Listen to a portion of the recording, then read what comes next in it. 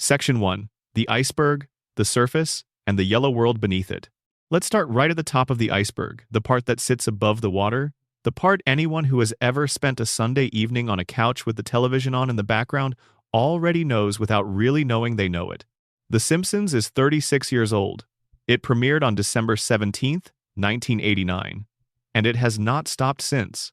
8 seasons became 10, 10 became 20, 20 became 30, and somewhere in that slow accumulation of episodes and decades, the show quietly became something it was never designed to be: a permanent institution. Not just a television program, but a fixture of American life.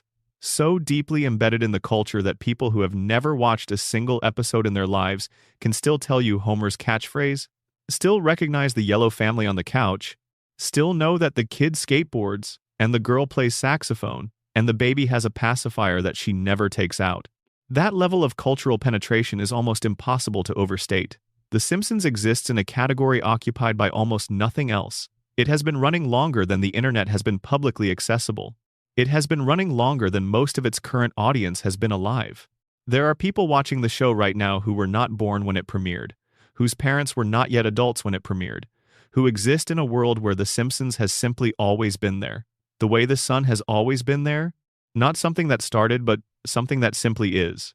And at the surface level, it is a show about a family, a husband and wife and 3 children living in a fictional town somewhere in America, navigating the ordinary chaos of domestic life through the lens of absurdist comedy. Homer works at a nuclear power plant. Marge holds the household together with a patience that borders on supernatural. Bart causes trouble in ways that are inventive enough to be admirable.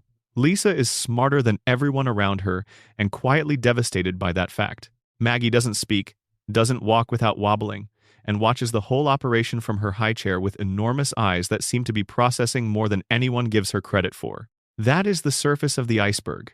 That is the comfortable, familiar, well-lit part that most people see and accept and move on from. But icebergs are not primarily about what is visible.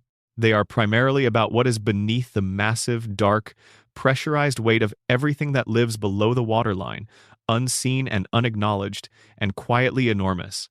This video is about what lives beneath.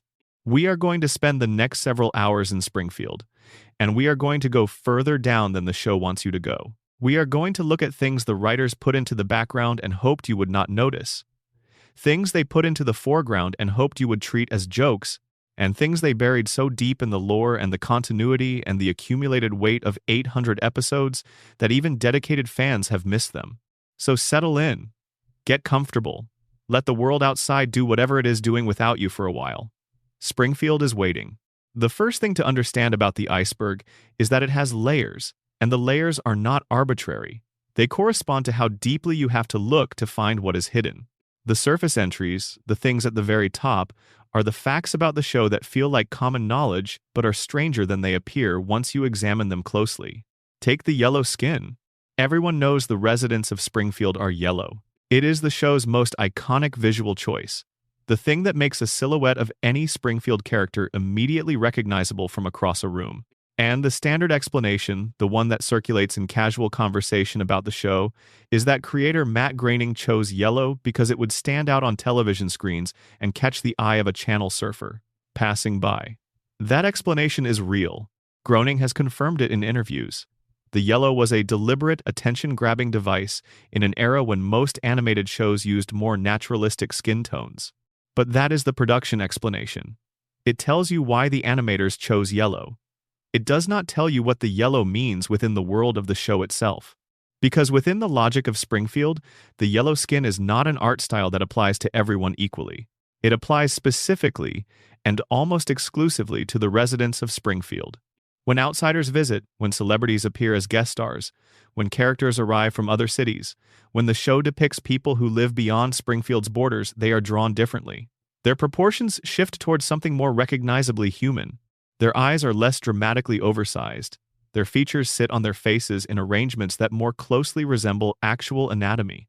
The yellow is local. The yellow is Springfield's. There have been several in-universe attempts to explain this over the course of the series. A joke here, an implication there, a throwaway line that slides past so quickly you almost miss it. The most famous is the one rooted in the nuclear power plant, the suggestion. never made explicit but heavily implied across dozens of episodes, that the radiation leaking from Burns's facility has done something to the biological baseline of every person who has spent their life within Springfield's limits. The yellow skin is not a style choice in this reading. It is a symptom. It is what happens when a population spends 36 years breathing air and drinking water that has been contaminated by a nuclear facility with 342 safety violations, none of which have ever been properly addressed. But even setting aside the radiation theory, the yellow skin points to something the show has always understood about itself that it rarely says directly. Springfield is not a normal place. The rules that apply to the rest of the world do not fully apply here. The people who live here have been changed by the place, shaped by it, marked by it in ways that are visible to anyone looking from outside but invisible to the people on the inside who have never known anything different. The yellow skin is the first entry on the iceberg. It sits right at the surface, and it is already stranger than it looks. Below the yellow skin, still near the top of the iceberg, sits the question of the floating timeline, which is the technical term for the mechanism by which Springfield has remained frozen in amber since 1989. The floating timeline is the engine that makes everything else possible. Without it, the show would have had to age its characters, and aging its characters would have meant eventually ending the show, and ending the show was never part of the plan. So, the writers developed a system never explicitly stated, never explained within the narrative, simply practiced, in which the present of the show is always the present of the viewer. The characters do not age. The year is always now. The references are always current. But the backstory, the history of how these characters got to where they are, keeps getting quietly revised to maintain internal consistency. This sounds manageable in theory. In practice, after 36 years, it has produced a continuity so thoroughly contradicted by itself that the show's own history has become a hall of mirrors. Homer and Marge's origin story has been told at least 4 different ways. Their courtship has been set in the 1970s, the 1980s, the 1990s, and implied in later seasons to have taken place in the early 2000s. Each version is a complete story, with internally consistent details that contradict the details of every other version. Their first date, their first kiss, the song that was playing when Homer fell in love with Marge, all of these have been different things in different episodes, and the show offers no reconciliation between them. The past is not a fixed document in Springfield. It is a working draft that gets revised whenever the current episode needs it to be something different. Bart and Lisa's ages have created similar problems. Bart was 10 when the show premiered and is 10 right now, which means that if you attempt to trace his personal history through the episodes, you find a child who has attended the same grade for 3.5 decades, who has been to summer camp dozens of times without ever starting a new school year, who has had more first days of school than anyone in human history. Lisa is 8. She has been 8 longer than some countries have existed in their current form. Maggie is 1 year old. She has been 1 year old for as long as The Simpsons has been on the air, which means she is technically the oldest 1-year-old in recorded history. The floating timeline is not hidden. It is not a secret. Every longtime Simpsons fan knows it exists and accepts it as the price of admission for a show that was never supposed to have an endpoint. But what the floating timeline is rarely examined as is an object in itself, a mechanism with implications that extend beyond narrative convenience into something philosophically interesting. Because what the floating timeline actually describes is a world where time passes everywhere except in one specific location. The real world ages around Springfield. Technologies change, political climates shift, cultural references rotate in and out. But the people inside Springfield do not move with any of it. They absorb the new references. Homer has had a smartphone, the family has streamed television, Bart has used social media, but they do not accumulate the lived experience that comes with those things. They interact with the present without being changed by it. This is the upper layer of the iceberg. The floating timeline as a production mechanism is common knowledge. The floating timeline as a philosophical condition, as a description of what it actually means to exist in a place where time refuses to land, that is where the iceberg begins to slope downward into darker water, still near the surface but beginning to descend. The geography of Springfield. The show has never committed to a specific state. This is also common knowledge, also discussed endlessly in fan communities, also something Groening has addressed in interviews. He has said the town was named after Springfield, Oregon, where he grew up. He has said the vagueness was intentional, designed to make the town feel universal, every viewer's town, no viewer's specific town. But the geographic contradictions in the show go beyond deliberate vagueness into something that approaches systematic impossibility. Springfield has a coastline, and it has mountains. It has desert terrain accessible within what appears to be a short drive, and it has dense forest in another direction. It experiences blizzards and tropical heat waves, sometimes in the same season. It borders states that do not share borders with each other in actual American geography. The state abbreviation has been shown on screen as NT, which is not a real American state designation. For 36 years, the show has dropped geographic clues that, when assembled, describe a location that cannot exist. It is not that the writers forgot which state Springfield is in. It is that the writers have been actively, systematically, almost aggressively ensuring that no consistent picture can ever be assembled. The most unsettling moment in Springfield's geographic history came in the season 12 episode called Behind the Laughter, a mockumentary episode that presents the Simpsons as a real family that became the basis for a television show. In the original broadcast, the narrator identifies the family as being from northern Kentucky.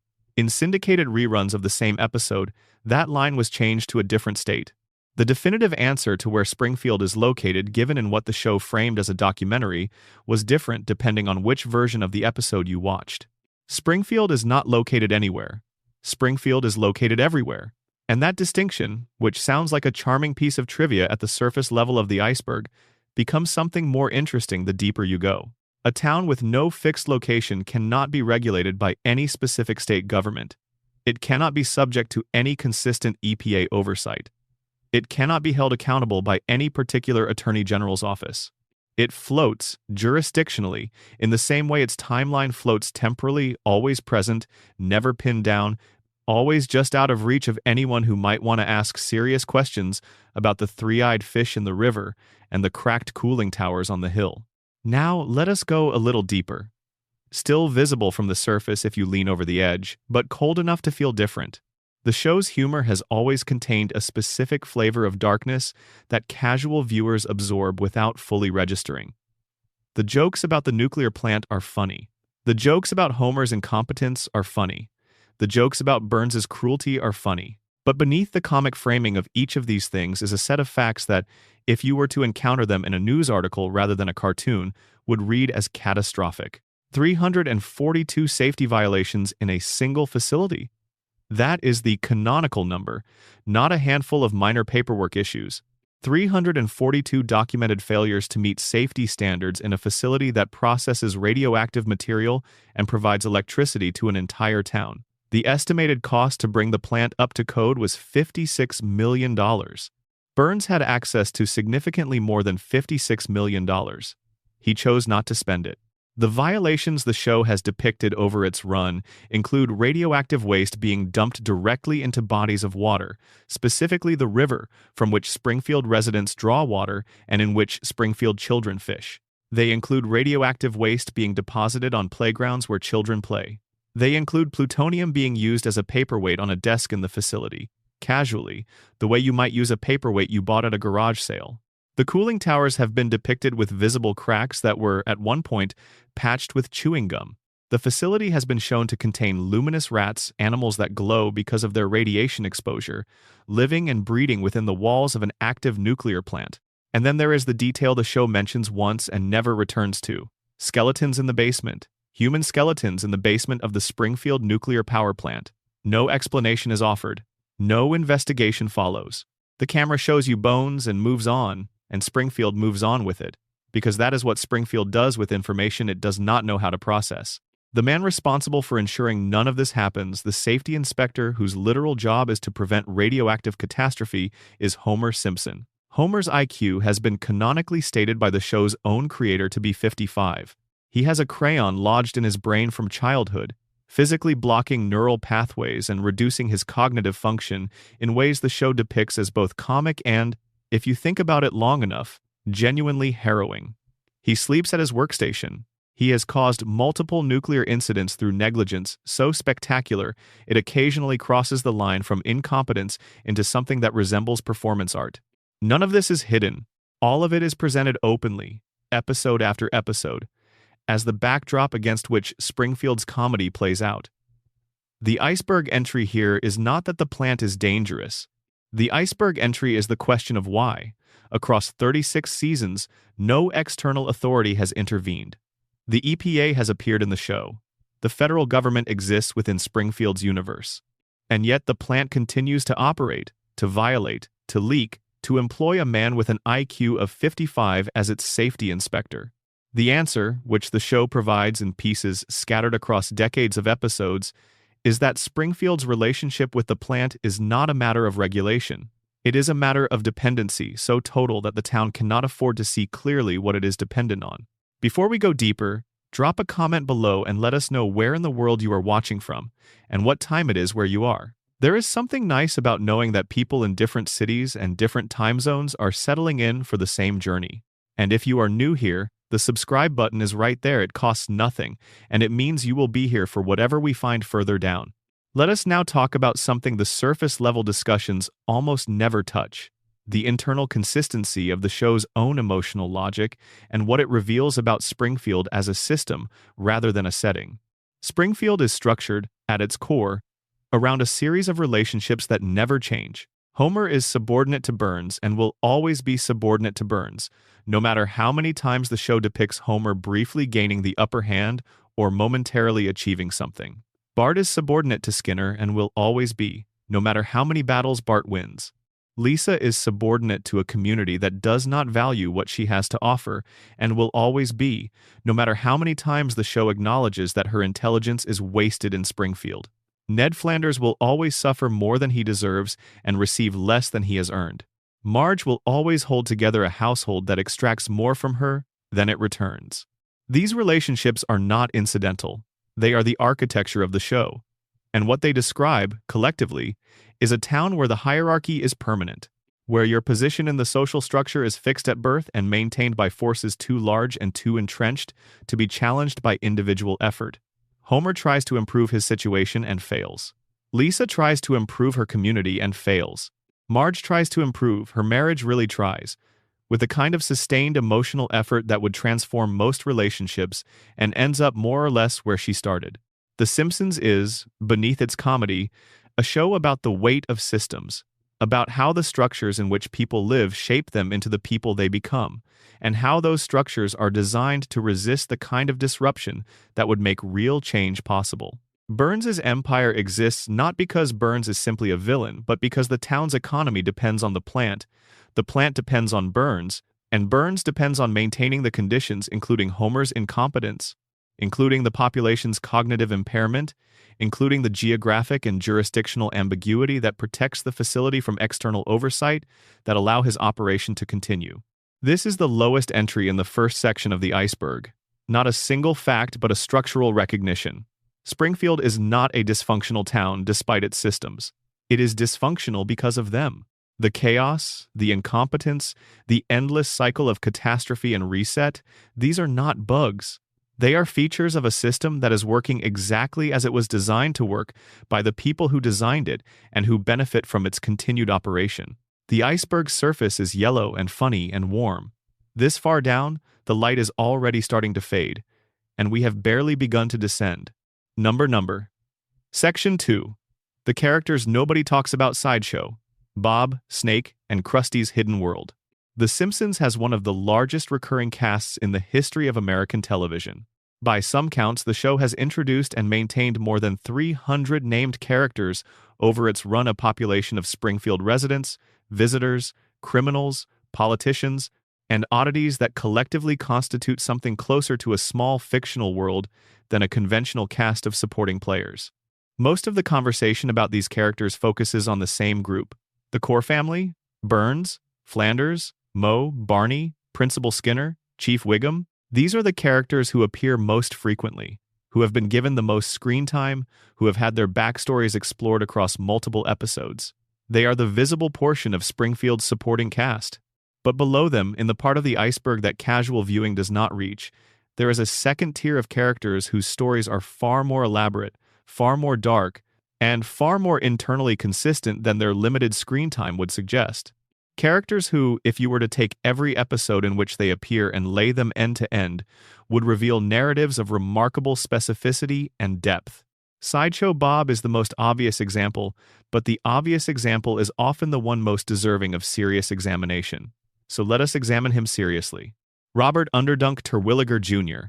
Sideshow Bob is the show's most sophisticated villain, and the character whose backstory contains the most explicit engagement with ideas about class, intelligence, and the specific cruelty of being a brilliant person trapped in circumstances that refuse to honor your abilities. The origin story is straightforward in outline and devastating in implication. Bob was a classically trained performer, educated at Yale, with serious artistic ambitions and genuine talent. He became the sidekick on Krusty the Clown's television program, not because he aspired to that role but because it was available and he needed income. He spent years playing second to a man he considered his intellectual inferior, handing Krusty props, absorbing slapstick punishment, being the butt of jokes that were beneath him while his own abilities went entirely unrecognized by an audience that could not see past the costume. His first crime framing Krusty for armed robbery was, in his own telling, not primarily about revenge. It was about recognition. He wanted to be seen as capable of something significant. The criminal act was, in a perverse way, an audition, a demonstration that he could execute a complex plan, that he had abilities worth taking seriously, that he was not simply a living prop in someone else's comedy routine. The crime failed, as all of Bob's crimes eventually fail, because of Bart Simpson, a 10-year-old boy whose intervention in Bob's plans has become one of the most analyzed recurring dynamics in the show's history.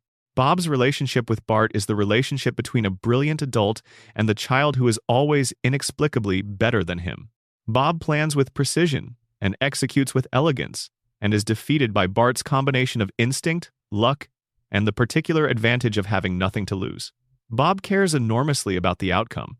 Bart does not, quite, in the way that only a 10-year-old can, not care not through callousness but through the genuine freedom of a person who has not yet learned to be afraid of failing. What makes the Bob entries on the iceberg interesting is not the rivalry itself, but what accumulates around it over the course of the series. Bob's character has layers that the show has introduced with apparent care across decades of episodes, and those layers paint a picture of a person in genuine psychological crisis. His relationship with his family is the deepest of those layers. The introduction of his brother, Cecil, also Yale-educated, also classically trained, also nursing resentments that have curdled into something criminal, suggested that the Terwilliger family contains a specific pathology. An entire lineage of people who believe they deserve more than what the world has given them, who channel that belief into increasingly elaborate schemes that always, ultimately, come apart. Cecil's resentment of Bob is as deep as Bob's resentment of Krusty, but inverted Cecil resents Bob for getting the sideshow role that Cecil himself had auditioned for, meaning that the thing Bob was humiliated by was the thing Cecil desperately wanted. The Terwilligers are a family organized around feeling inadequate to each other in ways that produce increasingly dramatic expressions of wounded pride.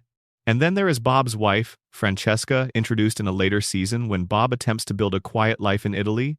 Here, the iceberg reveals something the show has rarely examined directly: the possibility that Bob is not simply a villain cycling through increasingly elaborate plots, but a person capable of genuine peace who is repeatedly denied the conditions that peace requires. In Italy, Bob is happy. He is a husband and a father. He tends a vineyard. He is respected in his community. His intelligence is not a source of isolation but of contribution. He is, in that setting, exactly what he might have been if the specific indignities of Springfield the sideshow role, the repeated failures, the eternal opposition of a 10-year-old boy had not shaped him into someone whose only means of self-expression is attempted murder. The destruction of that Italian life, when it comes, is the iceberg entry that most people miss. Bob does not return to crime because he is irredeemably evil. Bob returns to crime because the conditions that allowed him to not be criminal are taken from him, and because Springfield, or more specifically, The Simpsons, will not allow him to remain outside its gravitational pull. The show cannot allow Bob to succeed at ordinary life because ordinary success would end the character. But the cost of that narrative constraint is that the show condemns a character to permanent failure not because of his nature but because of its need. Bob is a tragic figure in the classical sense. He is a person of genuine ability and genuine feeling who is destroyed not by a fatal flaw, though the arrogance is real and the violence is real, but by the specific conditions of the world he inhabits. Springfield needs a sideshow. Even when Bob escapes to Italy, he is eventually dragged back into the role of antagonist. The universe of the show refuses to let him be anything else.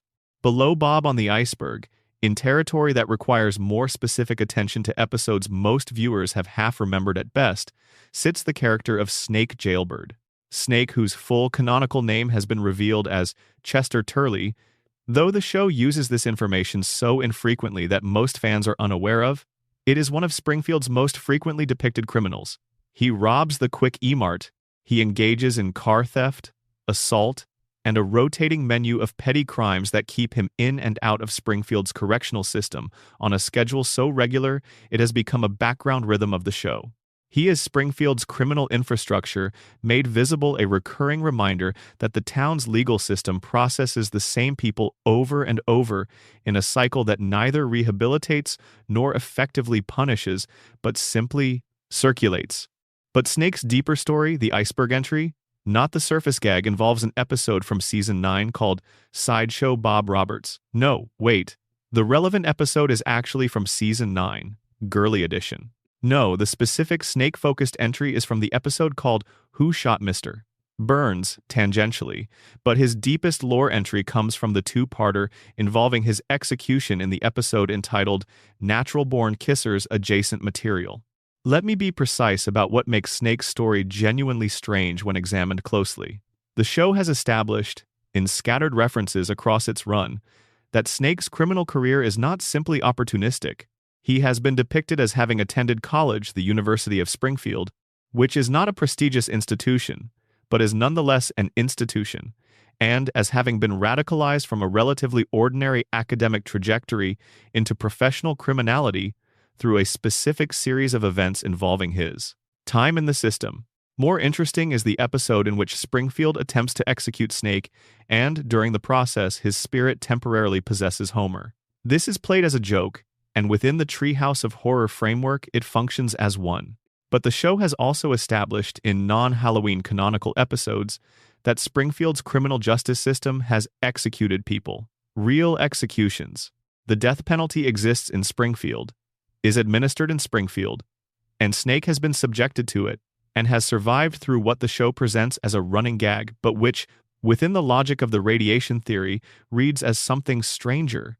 If Springfield's contaminated environment can produce biological effects that make Homer nearly indestructible and Maggie hyper-intelligent, and Burns effectively immortal through a combination of medical intervention and adapted physiology, then Snake's repeated survivals from execution, from extreme violence, from situations that would ordinarily be fatal read not as cartoon convenience, but as another data point in the pattern.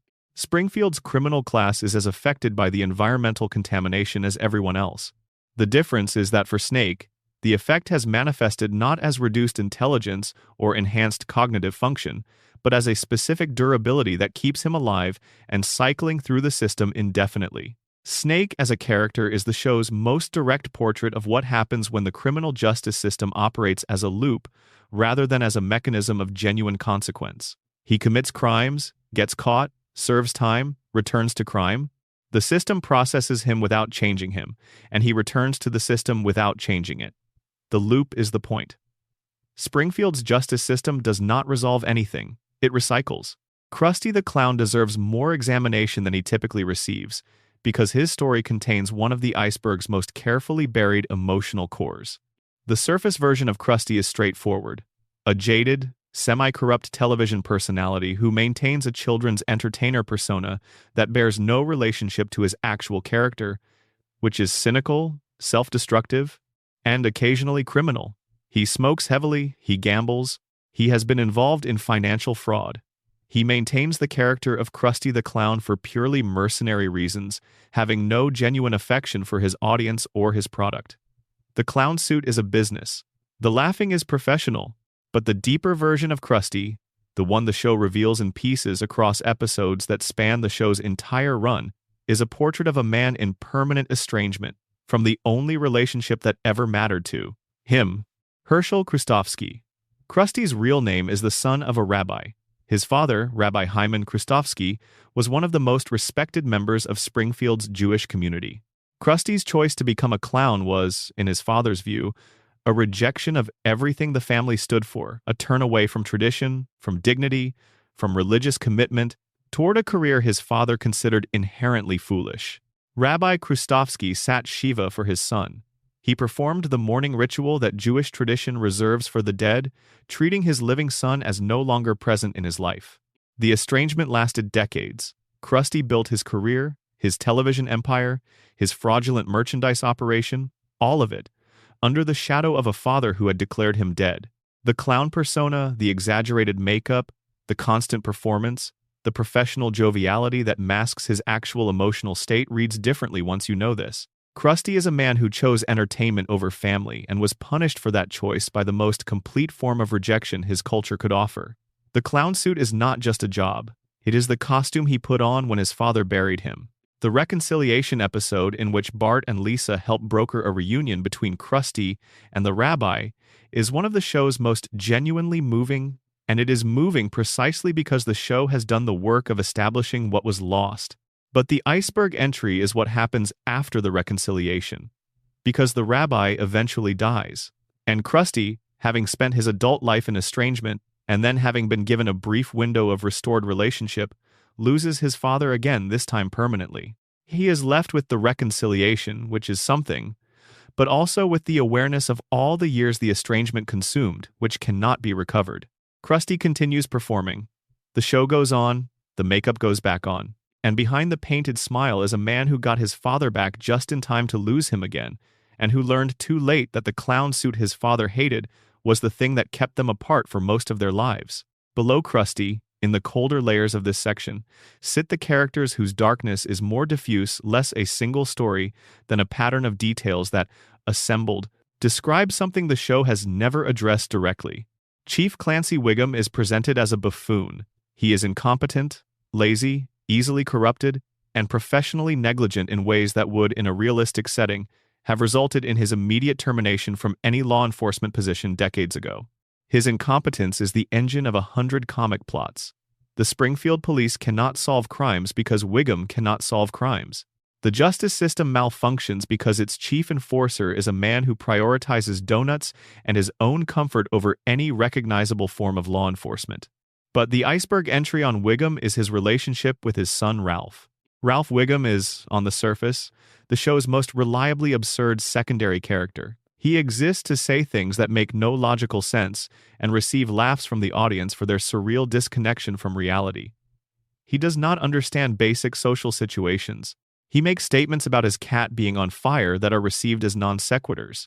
He declares emotions and observations that seem to emerge from a mind operating on principles that have no relationship to normal cognition. The darkness hiding beneath Ralph's comic function is the question of whether the show is depicting, very quietly, a child in genuine distress who has not received the care he needs. Ralph's statements are often read as random absurdism, but read them carefully, in sequence, across multiple episodes, and a different picture begins to form.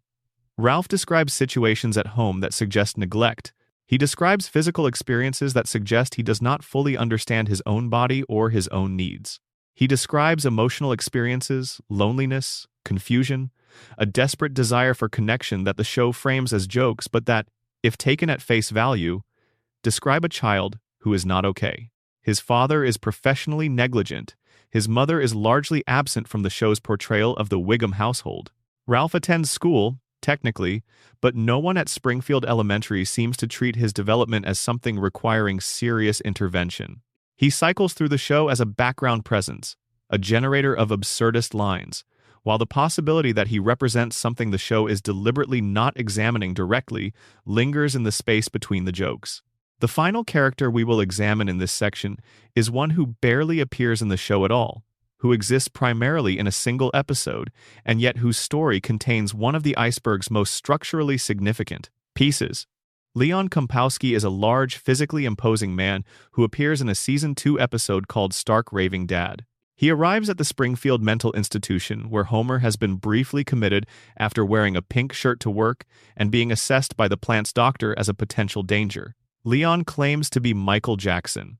The episode is famous. It features the actual voice of Michael Jackson, uncredited, performing in the role. But the iceberg entry is not about the celebrity connection. It is about what Leon's presence reveals about Homer and about the show. Leon's claim to be Michael Jackson is never resolved within the episode in a way that satisfies narrative closure. The show suggests, at one point, that Leon is simply a large white man who has found that claiming to be Michael Jackson generates the social connection and warmth that he cannot generate as himself. He is not delusional. He has chosen the persona deliberately as a means of accessing human contact that his actual identity does not provide. This is, on reflection, a remarkably dark premise. Leon is a person who has concluded that he, as himself, is not sufficient to be loved and has responded by becoming someone else entirely, someone whose identity is guaranteed to produce warmth and recognition and connection. The Michael Jackson claim is not a symptom of illness. It is a rational strategy in response to an experience of fundamental inadequacy. Homer's acceptance of Leon, his willingness to simply engage with the man as if he is who he says he is, without interrogation or skepticism, simply extending the kindness of being believed, is one of the show's most quietly radical moments. Homer does not ask Leon to prove his identity. He responds to Leon with warmth and friendship on the terms Leon has offered, and those terms, whatever their relationship to factual reality, produce something genuine. The friendship is real even if the identity is not. The iceberg entry here is what Leon reveals about the price of authenticity in Springfield. In a town where identities are frequently borrowed, stolen, or performed where Principal Skinner is not Principal Skinner, where Krusty's persona is a professional construction that has nothing to do with Herschel Kristofsky, where Homer's cheerfulness is itself a kind of performance built on top of cognitive damage and emotional wounds. Leon's strategy is not aberrant, it is simply more explicit than most. Springfield is full of people who are not quite who they present themselves as being. Leon is just the one who told Homer directly. Number. Section 3. The Treehouse of Horror Problem, when the dark canon leaks through. Every October, The Simpsons produces a special episode consisting of 3 short horror segments loosely unified by a Halloween framing device. These are the Treehouse of Horror episodes, and they have been a tradition since Season 2, which means there are now more than 30 of them, constituting a body of work substantial enough to be considered its own subcategory within the show. The official position on these episodes is that they exist outside the show's canon. The events depicted in Treehouse of Horror do not count. Homer being murdered, the family being transformed, Springfield being destroyed, the characters encountering supernatural forces that kill or permanently alter them, none of it matters. By the next week's episode, continuity is restored, the deaths are undone, and the show proceeds as if the Halloween special never happened. This is the surface explanation. This is the position the writers have articulated, and the position that, if accepted, makes the Treehouse episodes into a consequence-free sandbox where the show can do things it could never do in the main narrative. But the iceberg entry on the Treehouse of Horror episodes is the question of why, if they are truly non-canonical, so many of their thematic concerns keep appearing in canonical episodes. The line between the Treehouse universe and the main universe has been blurring since the early seasons. Season 4's Treehouse of Horror 3 ends with a segment called Dial Z for Zombie, in which Bart accidentally resurrects the dead and Springfield is overrun with zombies. This is the non-canonical Halloween special. But canonical Springfield already has a character, Hans Moleman, who dies repeatedly and returns without explanation. Canonical Springfield already has Burns, who requires weekly medical intervention to avoid death, and who has been depicted in the non-Halloween universe as something more than ordinarily human. Canonical Springfield already has Homer, who survives injuries that should be fatal with a regularity that has no biological explanation. The supernatural elements of the Treehouse episodes are not a departure from the show's universe. They are an intensification of tendencies already present in the main narrative. Consider the most famous Treehouse segment from the show's early run. Homer's descent into the third dimension in the Season 7 Treehouse of Horror episode. Homer discovers a portal behind a bookcase that leads to a fully rendered three-dimensional space depicted, at the time, with cutting-edge computer animation that the show was genuinely pioneering. Inside the three-dimensional space, the rules are different. Homer does not look like himself. The world does not behave like Springfield. Physics operates on different principles. And Homer, terrified and alone in this space that should not exist, calls out for help and receives no answer. The segment ends with Homer falling through the fabric of the three-dimensional space and landing in the real-world live-action footage of Los Angeles, where he immediately locates an erotic cake shop and his existential crisis dissolves into appetite. This is the joke, but the iceberg content is in the premise. The three-dimensional space that Homer discovers is not an abstract nightmare. It is a space where the unreality of Springfield, the cartoon logic, the floating timeline, the anatomical impossibilities cannot be maintained. In three-dimensional space, the rules that govern Springfield do not apply. Homer is frightened in this space not because it is dangerous, but because it is real in a way Springfield is not. The horror of the third dimension is the horror of genuine physical law. What does it mean that Homer's nightmare is a world where things work the way they are supposed to work? What does it mean that the most frightening space in the treehouse universe is one governed by normal physics? It means, the iceberg suggests, that Springfield's impossible rules are not a gift to its residents. They are a condition of imprisonment. Homer is terrified of the real world not because he is cowardly, but because the real world would not accommodate him. His body, his cognition, his entire existence is calibrated to Springfield's specific unreality. Outside that unreality, he does not know how to survive. The Treehouse episodes have also introduced, repeatedly, the concept of death as something Springfield's residents experience differently from normal people. The rules of mortality in the Halloween specials are various, and inventive characters become vampires, are killed and resurrected, encounter afterlives that function in ways that reflect Springfield's specific cosmology. But the consistency across these variations is that death in Springfield is not final in the way it is final everywhere else. This is played always as a Halloween gag. But the canonical episodes have established the same thing through less explicitly supernatural means. Burns is functionally immortal through medical technology. Molman dies and returns. Homer survives fatal injuries.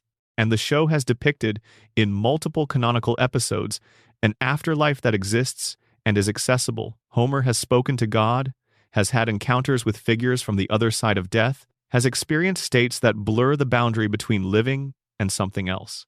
The iceberg entry is the possibility that the Treehouse episodes are not non-canonical.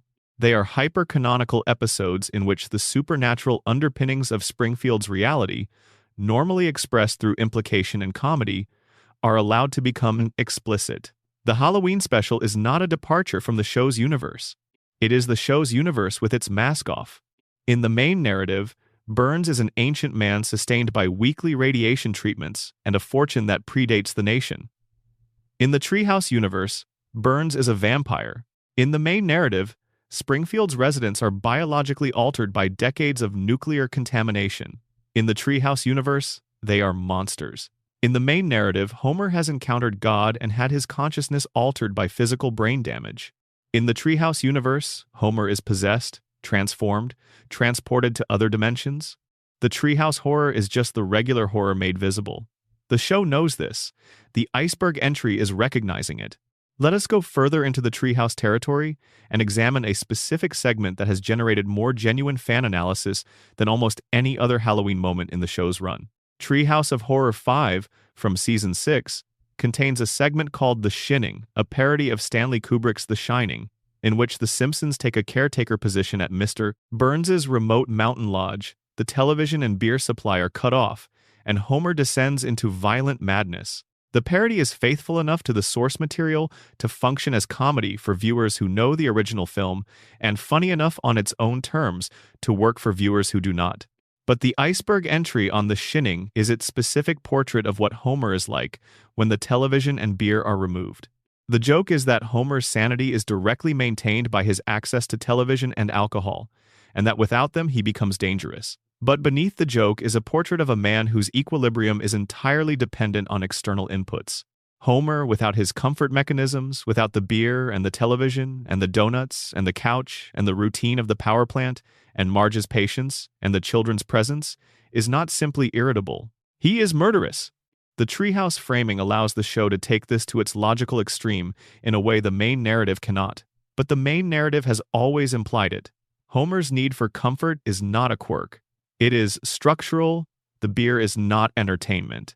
It is anesthesia. The television is not relaxation. It is numbing. Homer requires these things not because he is lazy, but because without them, the weight of his actual situation, the cognitive damage, the environmental poisoning, the stolen mother, the employer who ruined his family, the job that kills him slowly becomes too heavy to carry without going somewhere very dark. The shinning is a Halloween joke about Jack Nicholson. The iceberg entry is that Homer Simpson is, without his medication, one of the most dangerous people in Springfield. There is a treehouse segment from Season 8 that deserves particular examination because it contains what is possibly the show's most explicit engagement with the simulation theory, the idea, which we will explore in much more depth later in this video, that Springfield is not a real place but a constructed environment running on rules that someone else designed. The segment is called Homer Cubed, and it is the three-dimensional space episode we touched on earlier. But the specific detail that constitutes the iceberg entry is a brief moment near the beginning, before Homer enters the three-dimensional space, when he is standing behind the bookcase hiding from Patty and Selma. In this moment, Homer notices the portal. He notices that the portal opens onto a space that operates by different rules, and his first instinct is not curiosity or fear but something more interesting: recognition. There is a flicker of something in Homer's expression rendered in the show's deliberately simplified visual language, but present nonetheless that suggests he has encountered something he was not supposed to find, something behind the visible surface of his world. The segment then sends him through the portal and plays the experience for laughs and genuine visual spectacle, but the initial recognition moment suggests that the portal was not a surprise to Homer on some level, as if some part of him, buried beneath the crayon and the radiation damage and the decades of comfort-seeking, already knew that the world he inhabits has a backstage. The Treehouse episodes have also created what fans call the dark canon problem, which is the accumulation of events depicted in Halloween specials that, if you were to treat them as canonical, would change the meaning of the main narrative in ways the show clearly does not intend, but cannot fully prevent. In various Treehouse episodes, Bart and Homer have killed each other. The family has been destroyed. Springfield has been annihilated. Characters have been transformed in ways that should be permanent. And while the show's official position is that none of this happened, the cumulative emotional weight of 30-plus Halloween specials creates a parallel history of Springfield that sits beneath the official history like a shadow. The dark canon is the history of everything that did happen, in the universe where the Treehouse episodes count. In that universe, Springfield has died a dozen times. The family has been shattered and reassembled and shattered again. Homer has experienced deaths ranging from the mundane to the cosmic. The town has been invaded, destroyed, rebuilt, and invaded again. And in that universe, the cheerful domestic comedy of the main narrative reads as something the characters have earned through surviving an unimaginable series of catastrophes.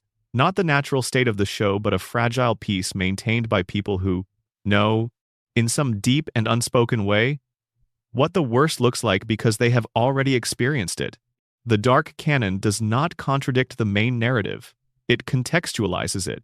The Simpson family's resilience, the way they absorb disaster and return to the couch by the end of every episode, looks different if you accept that they have already survived, in another dimension of the show's continuity, every conceivable form of destruction. They are not resilient because they are lucky. They are resilient because they have been through the worst the universe could construct, and they keep coming home to each other anyway. One more Treehouse entry before we descend to the next section, and this one sits at the very bottom of the Halloween portion of the iceberg. Season 26's Treehouse of Horror XXVI includes a segment that, more than almost any other Halloween moment, engages directly with the show's own mythology rather than parodying an external source. The segment is called Wanted, Dead Then Alive, and it involves Sideshow Bob finally, successfully killing Bart. Bob has been trying to kill Bart since Season 1. The failure to accomplish this has been one of the show's running jokes for decades. And in this Treehouse segment, the show allows the joke to resolve. Bob gets what he has always wanted. Bart dies. Permanently, at least within the segment's own logic. And Bob's response to finally achieving his goal is one of the darkest things the show has ever done. Having killed Bart, Bob has nothing left to want. The decades of obsession, the elaborate planning, the accumulated resentment, all of it was organized around this goal. And now the goal is gone. Bob is left with the absence of the thing that gave his existence structure. He resurrects Bart using technology, because the Treehouse universe allows this, not because he forgives Bart or loves Bart or has changed his mind about wanting Bart dead. But because without Bart alive to kill, Bob has no purpose. He needs Bart. He needs the rivalry. He needs the ongoing opposition between them to give his life the structure it has always relied on. This is played as a darkly comic punchline, but the iceberg entry is that it is also true. Bob's entire post-sideshow identity, everything he has done and become since leaving Krusty's show, has been organized around the desire to kill Bart Simpson. Without Bart, Bob is not free. He is empty. The obsession that he has always framed as a goal is actually the mechanism by which he avoids confronting the absence at the center of his life. He kills Bart and brings him back because killing Bart would mean having to become someone else. And Bob does not know how to be anyone else. He has been the man who wants to kill Bart Simpson for so long that the character and the goal have become indistinguishable. That is the Treehouse of Horror's deepest entry. Not a supernatural horror, but a psychological one. The most frightening thing in the Halloween specials is not the monsters or the deaths or the dimensional portals. It is a man who finally gets what he wanted and discovers, in the getting, that he has been the prisoner of his own obsession for 30 years. Number. Section 4. Springfield's hidden economy, Fat Tony, and the criminal infrastructure nobody discusses. Springfield has a legitimate economy and it has a shadow economy, and the relationship between the two is one of the iceberg's most carefully developed and least discussed threads. The legitimate economy of Springfield is organized almost entirely around the nuclear power plant. Burns's facility is the primary employer and the primary energy provider for the town. It is the economic foundation on which everything else rests, the tax base that funds the schools inadequately, the employer whose wages circulate through Moe's Tavern and the Quickie Mart and the Springfield Mall and the various other retail and service establishments that constitute daily economic life in the town. This means that the health of Springfield's economy is directly tied to Burns's willingness to keep the plant operational. If the plant closes, as it has threatened to do in various episodes, usually due to the discovery of violations that would require expensive remediation, the town's economy does not contract. It collapses. There is no alternative employer of comparable scale. There is no economic cushion. Springfield has no plan B. Burns understands this. He has demonstrated, across multiple episodes, that his awareness of the town's economic dependency is a deliberate component of his management strategy. He is not simply an employer who happens to be the town's largest. He is an employer who has arranged his operations specifically to ensure that the town cannot function without him. The plant's violations are not kept hidden because Burns does not care about safety. They are kept hidden, or more precisely, managed in ways that avoid remediation because bringing the plant into compliance would reduce the facility's profitability, and reducing the facility's profitability would reduce Burns's leverage over a town that cannot afford to lose its primary economic engine. This is the legitimate economy. Now let us discuss what operates beneath it. Fat Tony D'Amico is Springfield's organized crime presence, and he is one of the iceberg's most underexamined characters because the show deploys him primarily as a comic figure, a Godfather parody voiced with genuine warmth and humor, and the comedy consistently obscures how seriously the show has actually built out his operation. Fat Tony runs what the show variously depicts as an Italian-American organized crime family with a genuine hierarchical structure, a defined territory, and a set of business interests that span multiple sectors of Springfield's underground economy. His operation includes waste management, which is the classic organized crime front, gambling, alcohol distribution, and the provision of various services that Springfield's official economy is either unwilling or unable to provide. The iceberg entry on Fat Tony is not his existence, which is a surface-level joke, but the specific details of how his operation intersects with the show's other power structures. Fat Tony has interacted with Burns on multiple occasions, and these interactions are notable for what they reveal about the relationship between legitimate and illegitimate power in Springfield. Burns does not treat Fat Tony as a criminal to be prosecuted. He treats him as a peer, another person who operates according to his own rules, outside the constraints that govern ordinary citizens, in a space where formal legal accountability has been, through one mechanism or another, suspended. This parallel is not accidental. The show has consistently depicted the relationship between Burns's corporate power and Fat Tony's criminal power as one of mutual accommodation. Burns controls the legitimate economy. Tony controls the shadow economy. And they coexist because each has something the other needs, or more precisely, because each has something the other prefers to leave alone. Springfield's shadow economy is more extensive than Fat Tony's operation, however. It includes several other streams that the show has depicted in varying degrees of detail. The first is the counterfeit goods market. Multiple episodes have depicted the Quick E-Mart and various Springfield vendors selling products of dubious authenticity merchandise that claims to be something it is not, produced by manufacturers who do not exist, sold to consumers who either do not notice or do not care. This market is not depicted as a Fat Tony operation specifically, though his influence can be inferred. It is depicted as a diffuse feature of Springfield's retail landscape, something that exists because the official market, constrained by the town's economic limitations, cannot meet demand at prices the population can afford. The second is the gambling infrastructure. Springfield has had multiple illegal gambling operations across the show's run, from home poker games to fully operational underground casinos. The underground casino episode from Season 5, in which Homer discovers and popularizes an illegal gambling den, run in part by Marge's gambling addiction, is a different episode, but the casino episode itself establishes that Springfield's demand for gambling is both genuine and substantial. The town's residents gamble compulsively, regularly, and at stakes that suggest a population that has not internalized a realistic relationship with financial risk. This is, the iceberg suggests, partly a function of the cognitive impairment the radiation theory describes. A population with compromised critical thinking is a population particularly susceptible to gambling's appeal. The house always wins, but a population that cannot accurately assess probability or evaluate risk cannot fully internalize that truth.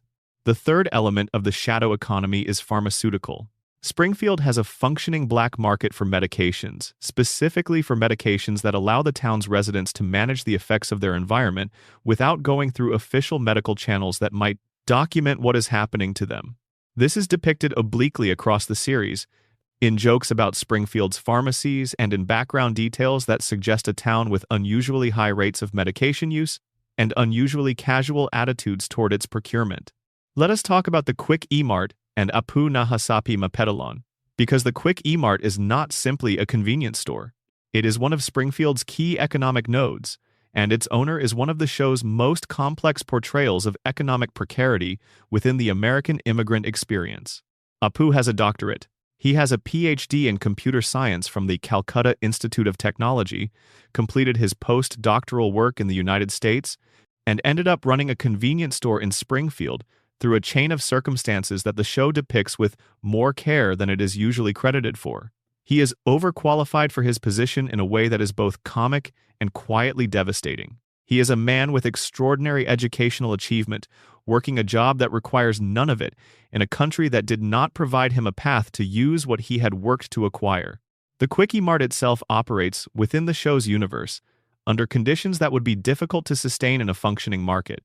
Apu works what the show has depicted as near-continuous hours. 23 hours per day has been referenced, with 1 hour for what the show describes as sweeping, and sells goods at prices that reflect the markup necessary to sustain a business that never closes and employs, in practice, only its owner. He has been robbed so many times that it has become a routine feature of his daily experience. He manages the robberies with a pragmatism that suggests he has been thoroughly desensitized. They are not emergencies but inconveniences, incorporated into the operational rhythm of the store. The iceberg entry on Apu and the Quick E-Mart is the question of who benefits from the conditions under which he operates. Apu works hours that no labor law would permit an employer to impose. He absorbs robbery losses that no insurance policy would fully cover. He sells goods in a market with essentially no competition. The Quick E-Mart is not competing with a robust retail landscape. It is the retail landscape for most of Springfield's day-to-day needs. Who arranged for Springfield to have exactly one convenience store run by a man who cannot leave, cannot reduce his hours, and cannot price competitively because his operating costs are insane? The show does not ask this question directly, but the iceberg contains it.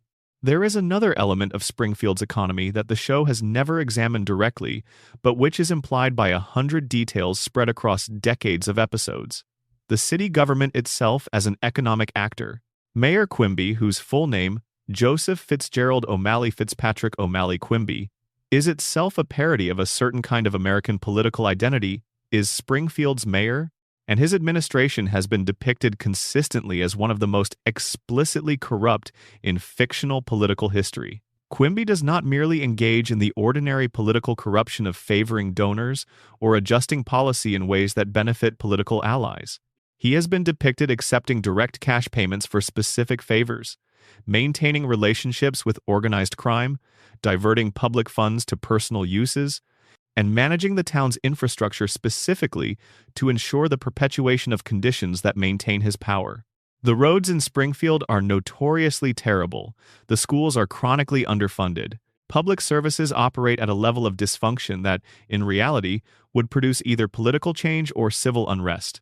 But in Springfield, neither happens. Because the population remember the radiation theory, remember the cognitive effects of decades of environmental contamination, cannot sustain the kind of organized political response that functional democratic accountability requires. Quimby is not an anomaly in a well-functioning system. He is the expected product of a system that has been specifically arranged to produce him. A population that cannot consistently evaluate its own situation, in a town with no fixed geographic identity, with an economy organized around a single facility controlled by a man who has been managing politicians for over a century, with a criminal justice system run by a man whose incompetence is structural rather than accidental in that environment, Quimby is not a bad outcome. He is the natural outcome. He is what happens when every element of the system that might check corruption has been compromised. Let us descend one more level in this section and talk about something the show has never explicitly stated, but has implied through an accumulation of detail across multiple seasons. The possibility that Springfield's entire legal and regulatory structure is not simply corrupt but is specifically designed, by Burns, to remain corrupt. Burns has been in Springfield for a very long time. Longer, the show implies, than most of the institutions that are supposed to check his power have existed in their current form. He has watched mayors come and go, police chiefs arrive and depart, regulatory frameworks appear and be circumvented. He has, by the show's own canon, purchased politicians, maintained relationships with federal figures, and in at least one episode suggested that his influence extends to the highest levels of American government. This is played as villainous grandiosity. Burns says things about his power and influence that are meant to be amusing in their excess. But the show has also, in quieter moments, demonstrated that his claims are not entirely hyperbolic. The plant has not been shut down despite 342 documented violations. Homer has not been fired despite 742 documented errors. The water testing that would reveal the true scope of Springfield's environmental contamination has not been conducted or made public. The skeletons in the basement have not been explained. These are not failures of the system.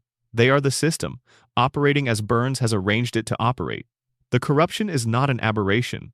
It is the product of 100 years of deliberate cultivation by a man who understood, earlier than anyone else in Springfield, that the most effective form of control is the kind that does not look like control at all. Springfield's shadow economy, its criminal infrastructure, its corrupt government, its compromised justice system, all of it is the shadow of Burns's influence, expressed through intermediaries and proxies, and cultivated conditions that do not require his direct involvement because they have been designed to self-perpetuate.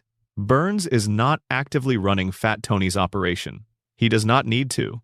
Fat Tony's operation fills the gaps in the legitimate economy in ways that keep the population stable and distracted, without challenging the fundamental power structure. The gambling keeps people occupied. The corruption keeps officials compliant. The economic dependency keeps everyone in line. And at the center of it all, in a tower overlooking Springfield, an ancient man in a three-piece suit receives his weekly treatment and calculates, with the patience of someone who has been calculating for over a century, how many more decades of this the system can sustain. Number, Section 5. The Simpson family's buried secrets, Abe's war crimes, Herb Powell, and what 3 generations of damage looks like. The Simpson family is presented, at the surface level, as a unit, a household, a group of people who love each other imperfectly and persistently, who fight and reconcile and fight again, who are held together by something that is not exactly commitment and not exactly habit, but some combination of the two that is more durable than either. But the iceberg reveals that the Simpson family is not a unit. It is the result of a specific historical catastrophe, one that began before Homer was born and has propagated forward through 2 generations of people who were never fully told what happened to them or why. The catastrophe, as we touched on in the first section, is Mona Simpson's disappearance.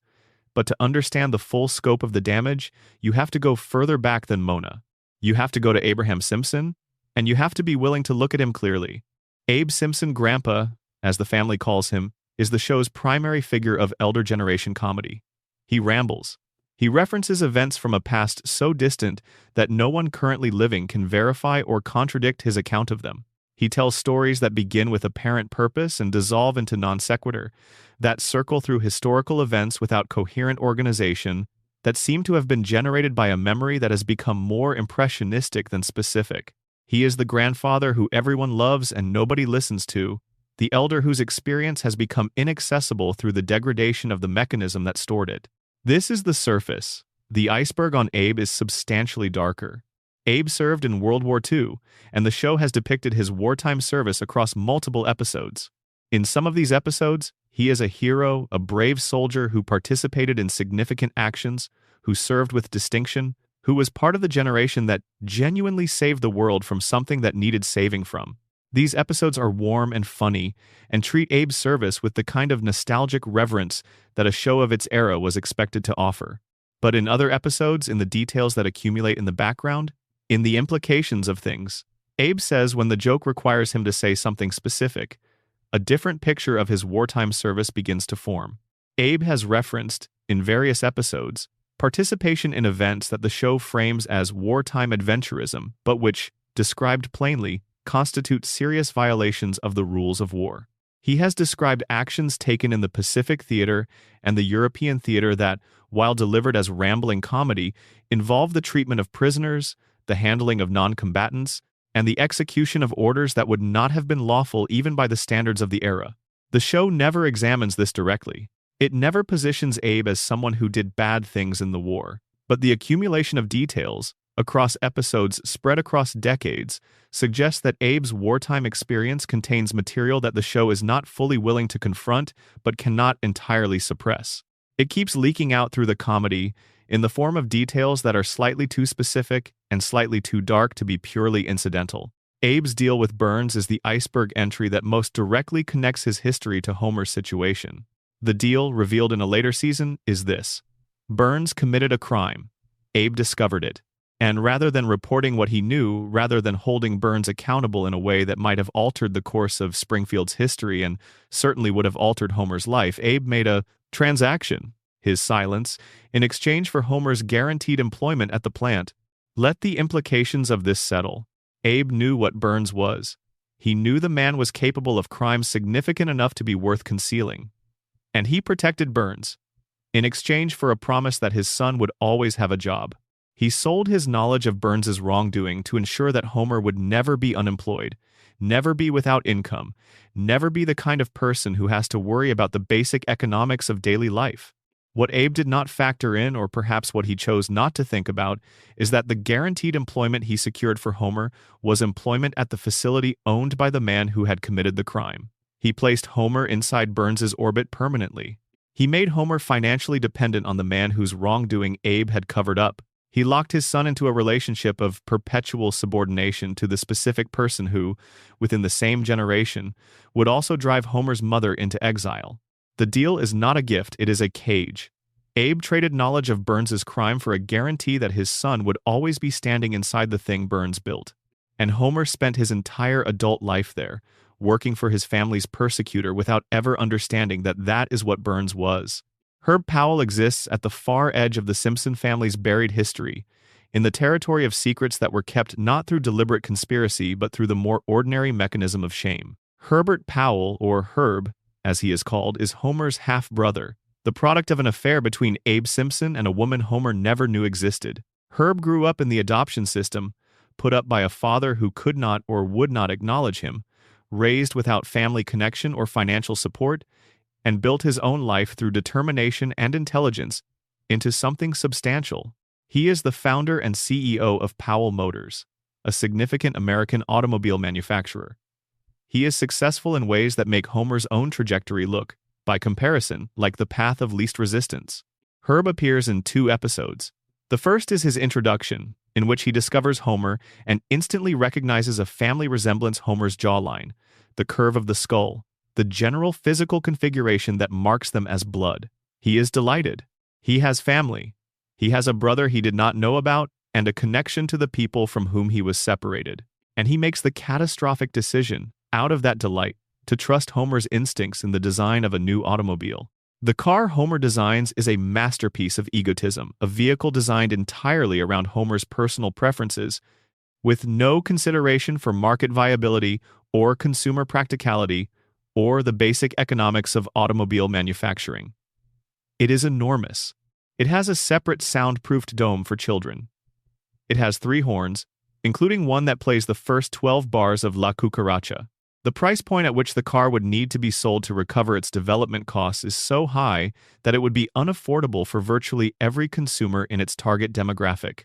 The car destroys Herb's company. Herb loses everything: his fortune, his enterprise, the thing he built through decades of effort, all of it gone, because he trusted the brother he had just found. And the brother could not, through no particular malice but through genuine incapacity, be trusted with something real. Herb blames Homer explicitly and absolutely. He expels Homer from his life. The reunion that had seemed like a gift is converted, in a single act of catastrophic incompetence, into a second abandonment. Homer has now lost his half-brother the same way he lost his mother, through the operation of forces he did not understand and could not control, producing a result he did not intend but was entirely responsible for. The second Herb episode, in which Homer helps him recover his fortune through a device that translates baby speech, is warmer and more hopeful. The estrangement is resolved. The relationship is restored. The family improbably is made whole. But the iceberg entry on Herb Powell is not the resolution. It is what the Herb story reveals about the Simpson family's relationship with its own history. Abe had a son he never acknowledged. He placed that son in adoption, raised another son in his household, built his entire paternal identity around that second son, and made deals and sacrifices specifically for that second son's benefit, all while the first son existed in the world, unacknowledged, building his own life in the absence of any connection to the family that produced him. Homer and Herb were separated by Abe's choices, by Abe's shame about one relationship and his investment in another, by the quiet operation of a family secret that nobody felt responsible for addressing, because addressing it would have required confronting the circumstances that created it. The Simpson family does not have the monopoly on trauma that Springfield's surface narrative would suggest. The trauma extends outward. It produces Herb, a man built from the absence of family connection, from the necessity of self-creation, in the same way it produces Homer, a man built from the loss of a mother he was told was dead, from the necessity of filling that loss with everything the world offered as substitute. Herb and Homer are 2 versions of what Abe's choices produced. One became a CEO, one became a safety inspector. Both were shaped by what their father decided not to tell them. Patty and Selma Bouvier sit on a different part of the Simpson family iceberg, specifically the part that concerns Marge's relationship to the family she came from versus the family she built. The Bouvier sisters are presented primarily as antagonists to Homer. They dislike him. They have always disliked him. They consider their sister's choice of husband a consistent source of disappointment and would have preferred, across 36 seasons of stated and implied preference, that Marge had made a different one.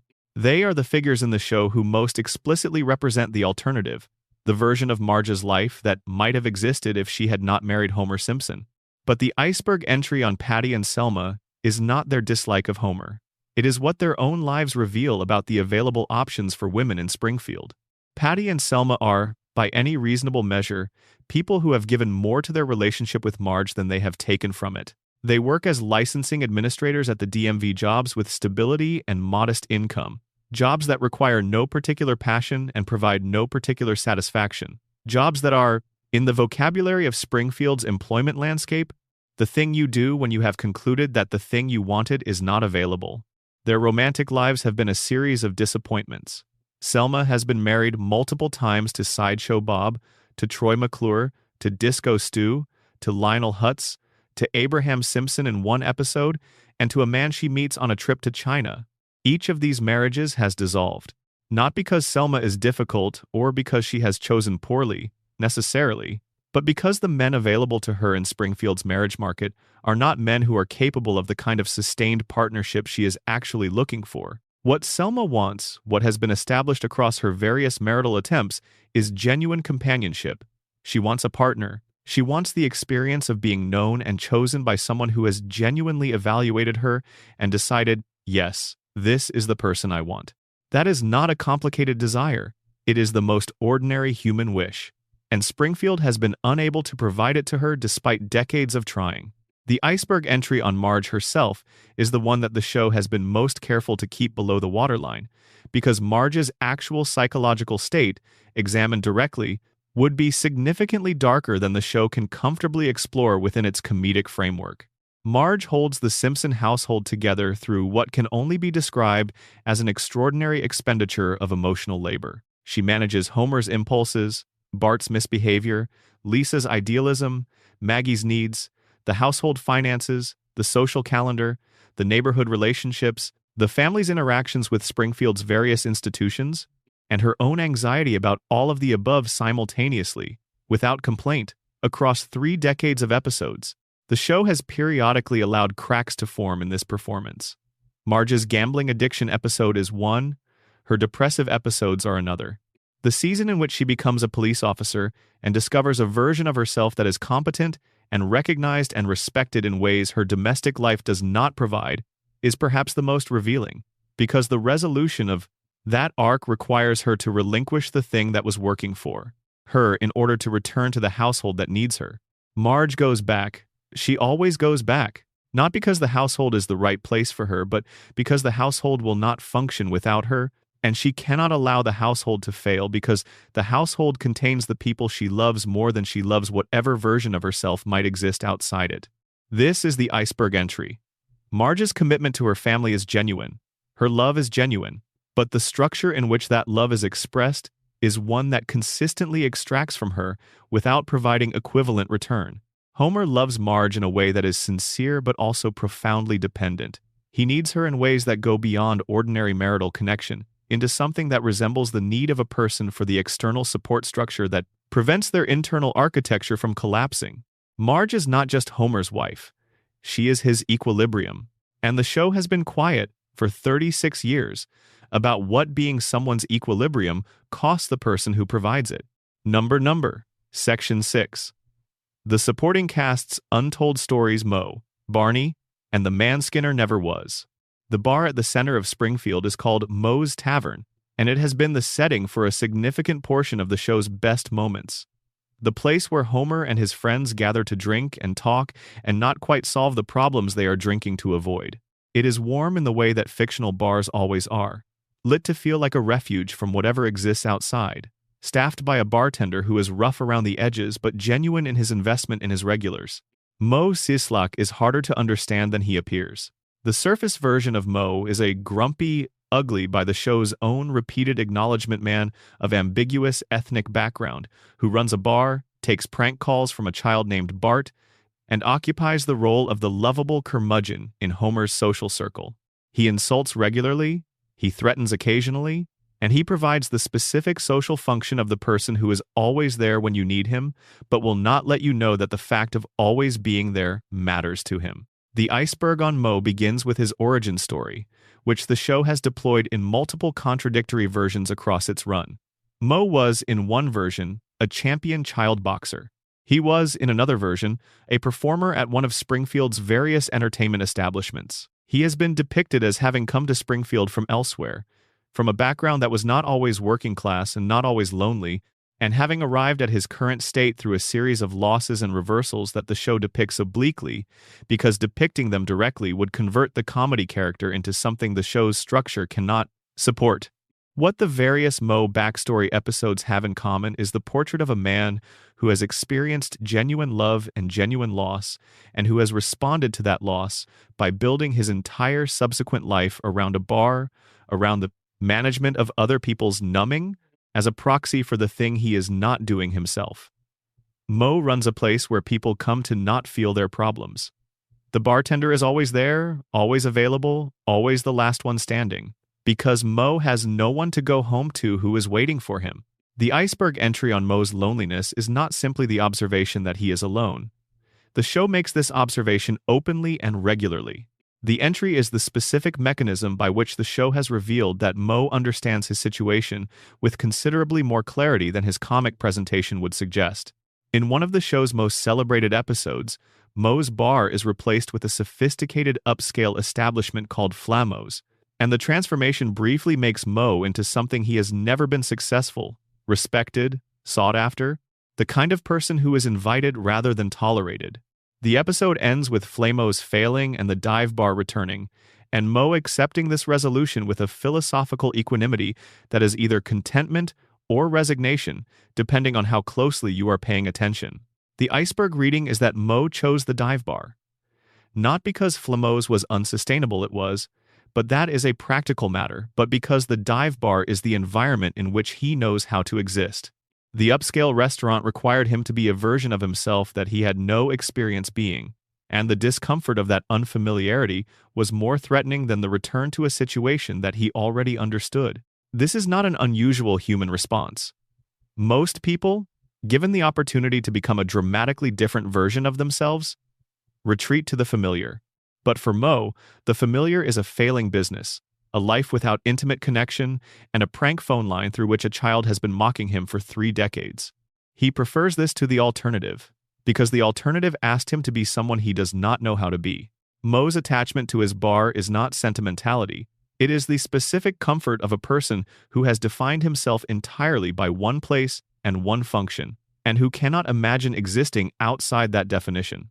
Barney Gumble sits beside Mo in this section because Barney's story is the show's most fully developed portrait of addiction, and the iceberg reveals that the show has been more honest about addiction's mechanics than its comedy format would typically allow. Barney was, before the drinking, a person with specific abilities and specific ambitions. The show has established, in scattered canonical references, that Barney was a promising student, academically capable, with enough potential to have considered college, with enough social functioning to have maintained the kind of friendships that a person in genuine psychological distress cannot sustain. He was not always the man at the end of the bar. The show has depicted the specific moment at which Barney's trajectory changed. Homer offered him his first beer. This is not incidental. The show has made this explicit. Homer, in a moment of adolescent social offering, gave Barney the thing that became the organizing principle of his adult life. And Homer has been depicted as being aware of this. Not in a way that consumes him with guilt, because Homer's cognition does not sustain that kind of sustained self-examination, but in a way that the show acknowledges, briefly, before moving on. Barney's sobriety arc, the period in which he stops drinking, rediscovers his abilities as a filmmaker, and begins to rebuild a version of himself that had been buried under decades of alcohol, is one of the show's most genuinely hopeful storylines. And then it ends. The relapse is triggered by champagne at a film festival, by the specific social context of celebration, the context in which alcohol is most perfectly camouflaged as harmless, because everyone around you is drinking, and the occasion is happy and there is no reason, at that exact moment, not to have just one. The iceberg entry on Barney's relapse is that the show presents it not as a moral failure but as an illustration of exactly how addiction works. The relapse does not happen in a moment of despair. It happens in a moment of triumph. The worst moment for sobriety is not when things are going badly. It is when things are going well enough that the vigilance relaxes, because the mind that has decided it can celebrate has also decided that it is no longer in danger, and the decision that it is no longer in danger is the most dangerous decision it can make. Barney goes back to the bar. The show continues. The arc of recovery that the show built with genuine care is dissolved in a single scene, and Barney returns to his position as the town drunk, and the comedy resumes. But the iceberg does not forget what Barney was briefly becoming. The show showed you what recovery looks like, what it costs, what it offers, what it requires in terms of sustained vigilance and reconstruction of identity, and then it took it away. And the taking away is not a failure of the show's moral imagination. It is, in its own way, the most honest thing the show has done about addiction. It does not end. The recovery is real but fragile, and the specific conditions that allow it to fail are the most ordinary conditions imaginable. Groundskeeper Willie deserves a separate examination because his story contains an element that the show has buried with particular care. The question of what happens when a person from outside Springfield's cultural and economic establishment tries to build a life within it. Willie is Scottish. This is both a source of comedy, the accent, the aggression, the physical ferocity that the show consistently deploys as a punchline, and the most fundamental fact of his situation.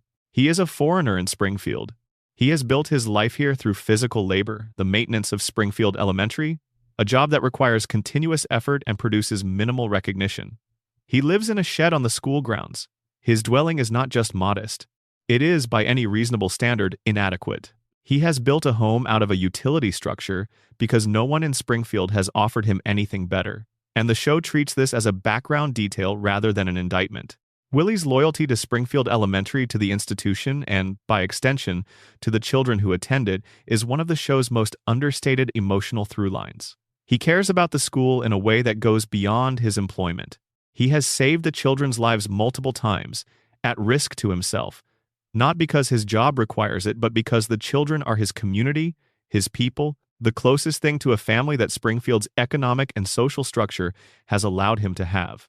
The iceberg entry on Willie is the question of what a person like him, skilled, loyal, physically capable, without formal social standing, is owed by the community that extracts his labor. Willie is paid minimally, housed inadequately, respected only when the joke requires that his physical competence be acknowledged, and otherwise treated as a background element of Springfield Elementary's operation. He is useful in the specific ways that people who maintain physical infrastructure are useful invisibly, until something breaks and someone needs to be fixed. His treatment is consistent with how Springfield treats everyone without power, which is to say, instrumentally without genuine acknowledgement, and with the implicit expectation that the arrangement will continue indefinitely because the alternative Willie leaving. Willie demanding better, Willie asking Springfield to recognize what it takes from him has never been seriously contemplated. And then there is the question of Principal Skinner, not the question of whether he is Armand Tamzarian, which the show addressed and resolved through legal decree and collective denial, but the deeper question of what Tamzarian became when he became Skinner, and what that becoming cost him.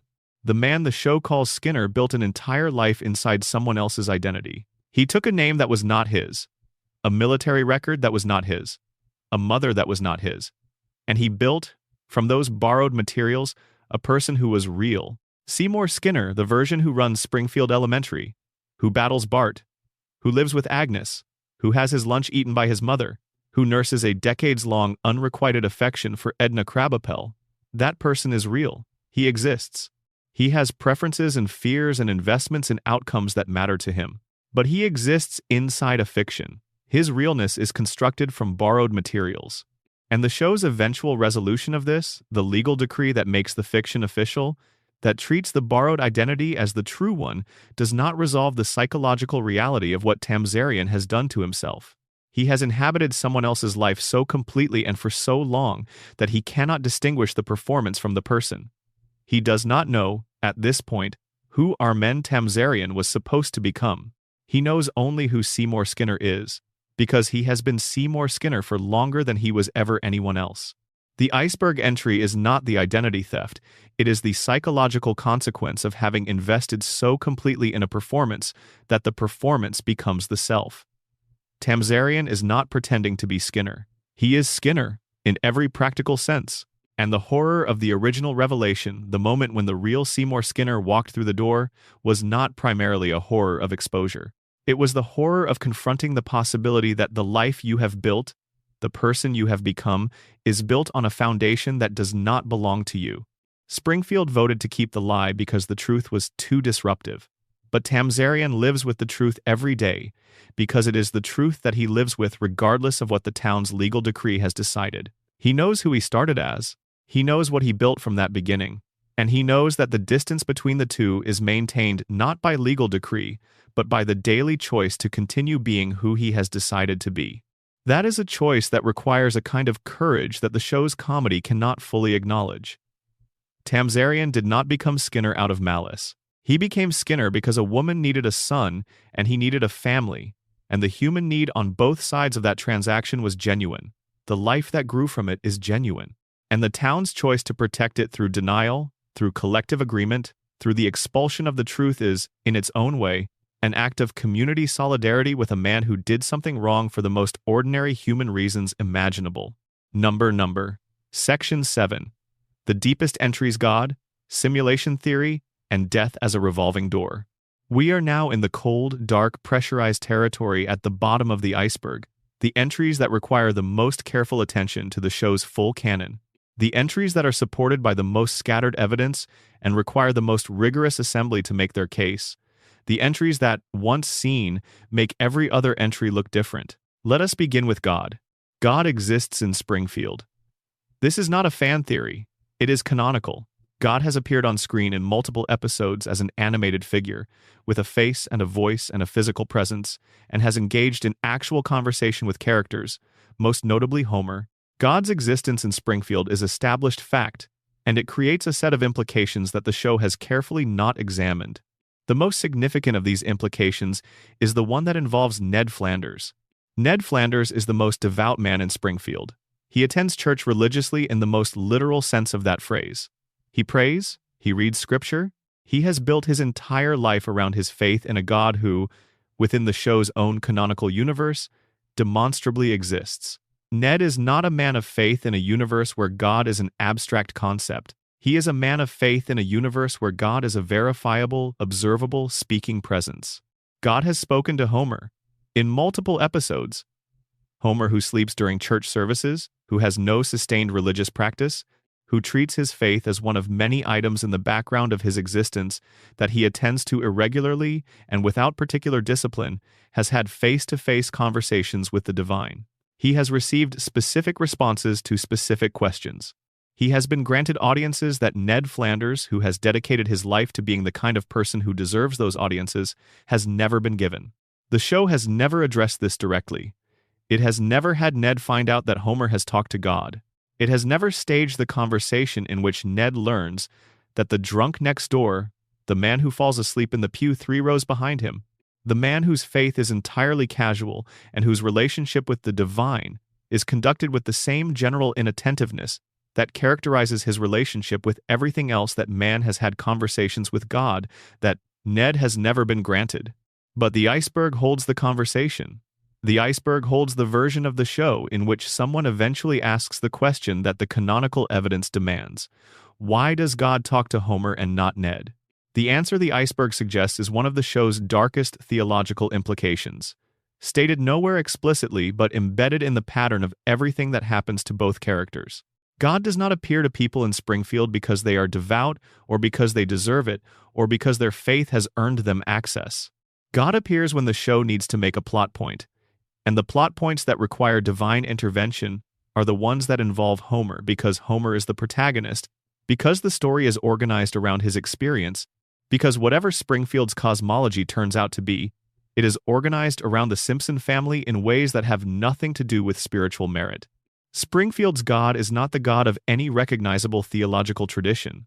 He is, in a specific sense, a narrative God, a God whose appearances are structured by story logic rather than moral logic, who shows up where the plot requires him and is absent where he is not needed. This is, simultaneously, the most banal possible explanation for God's behavior in the show's universe, and the most philosophically interesting one.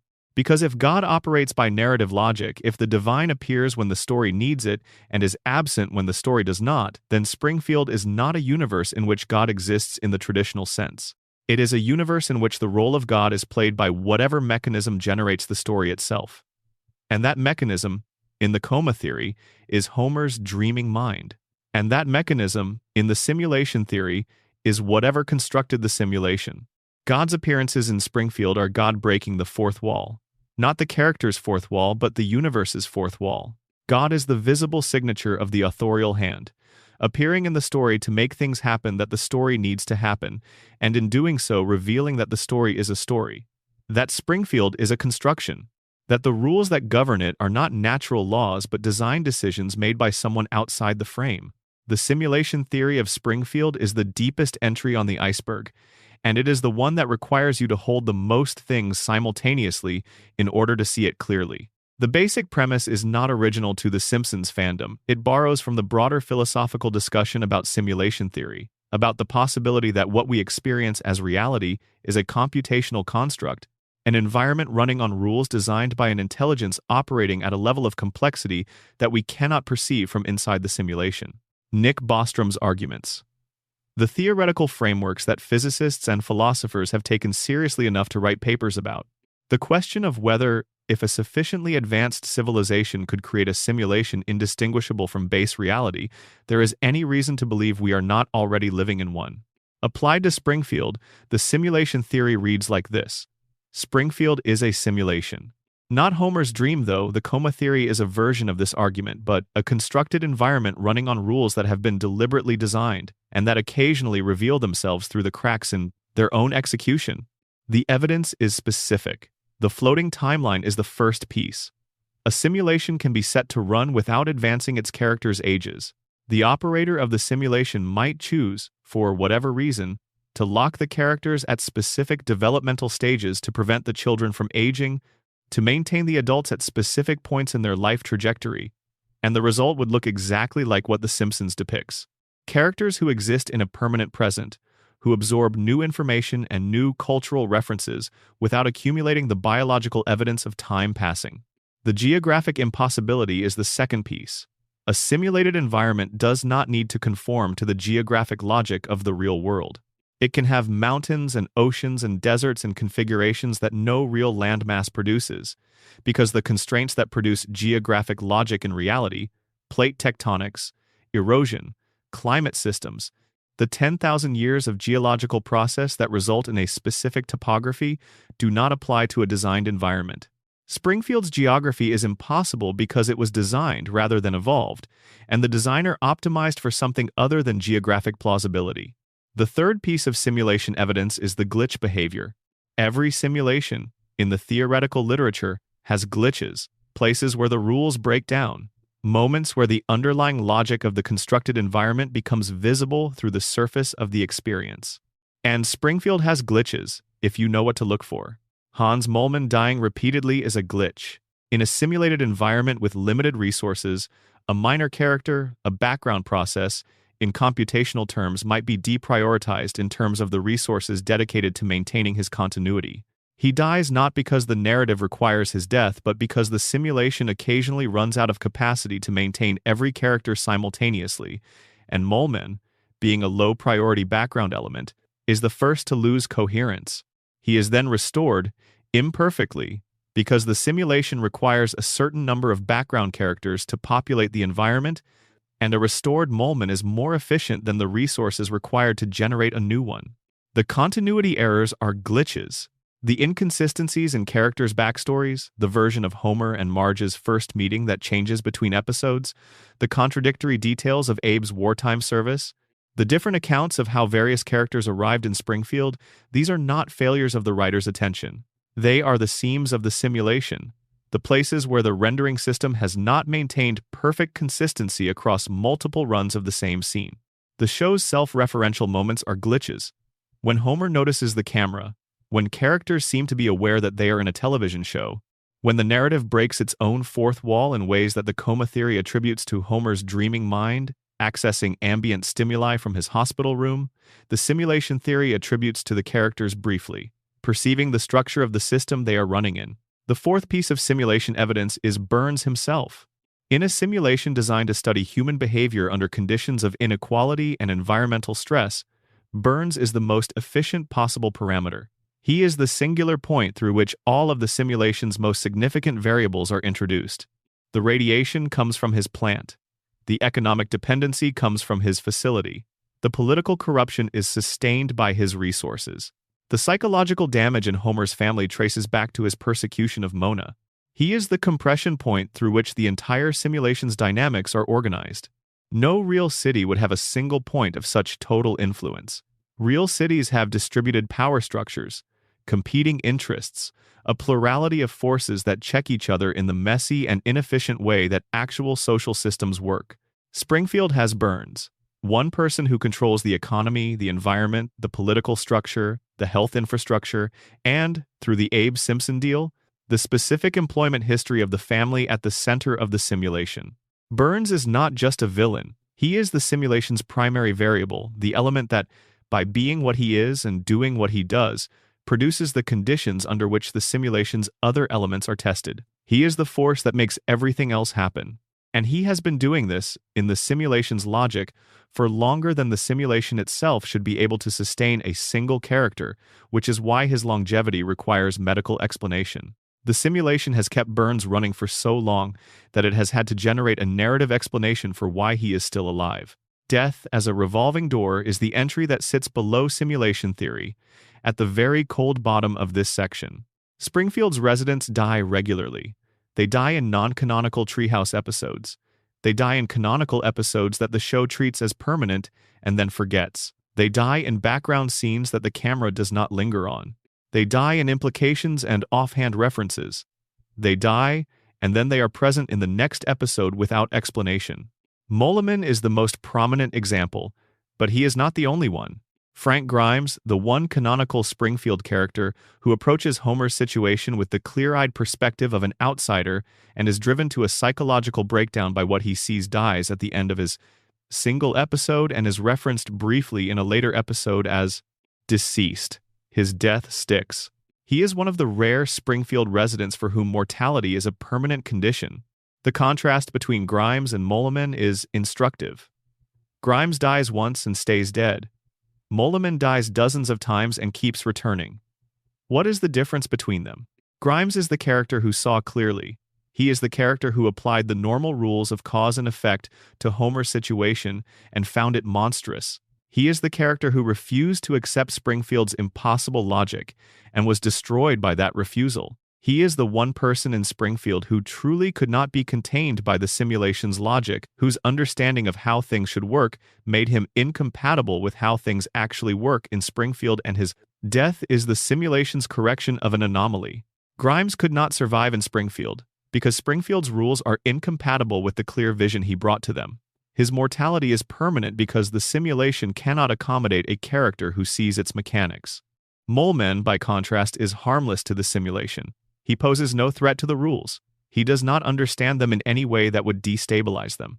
He simply suffers, repeatedly, as the simulation's background processes occasionally fail to maintain his continuity.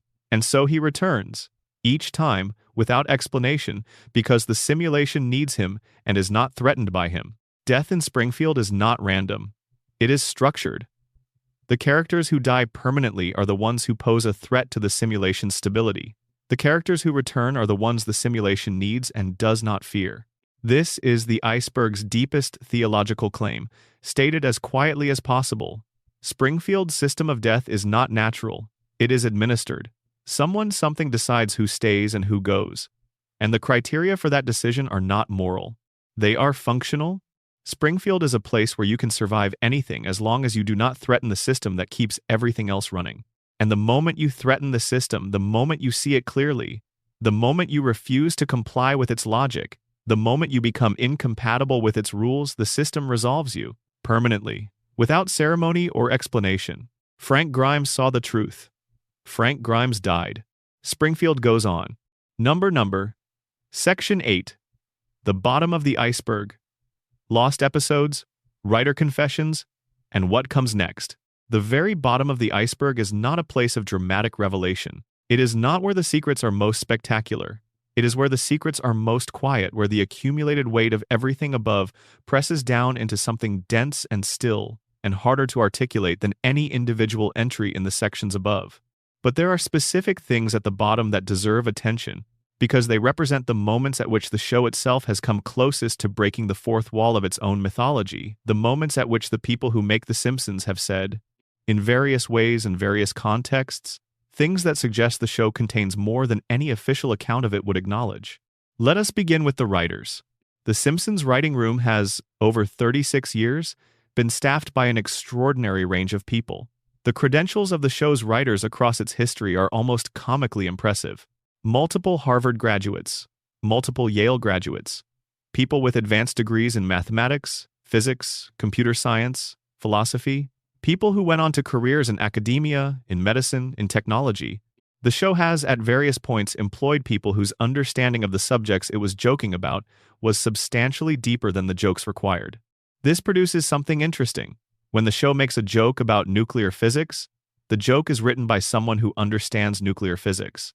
When the show makes a joke about government regulation, the joke is written by someone who has studied government regulation. When the show depicts Homer's cognitive deficits in a way that feels anatomically plausible, it is because someone in the room had the background to know what cognitive deficits of that specific type would actually look like. The jokes are not arbitrary.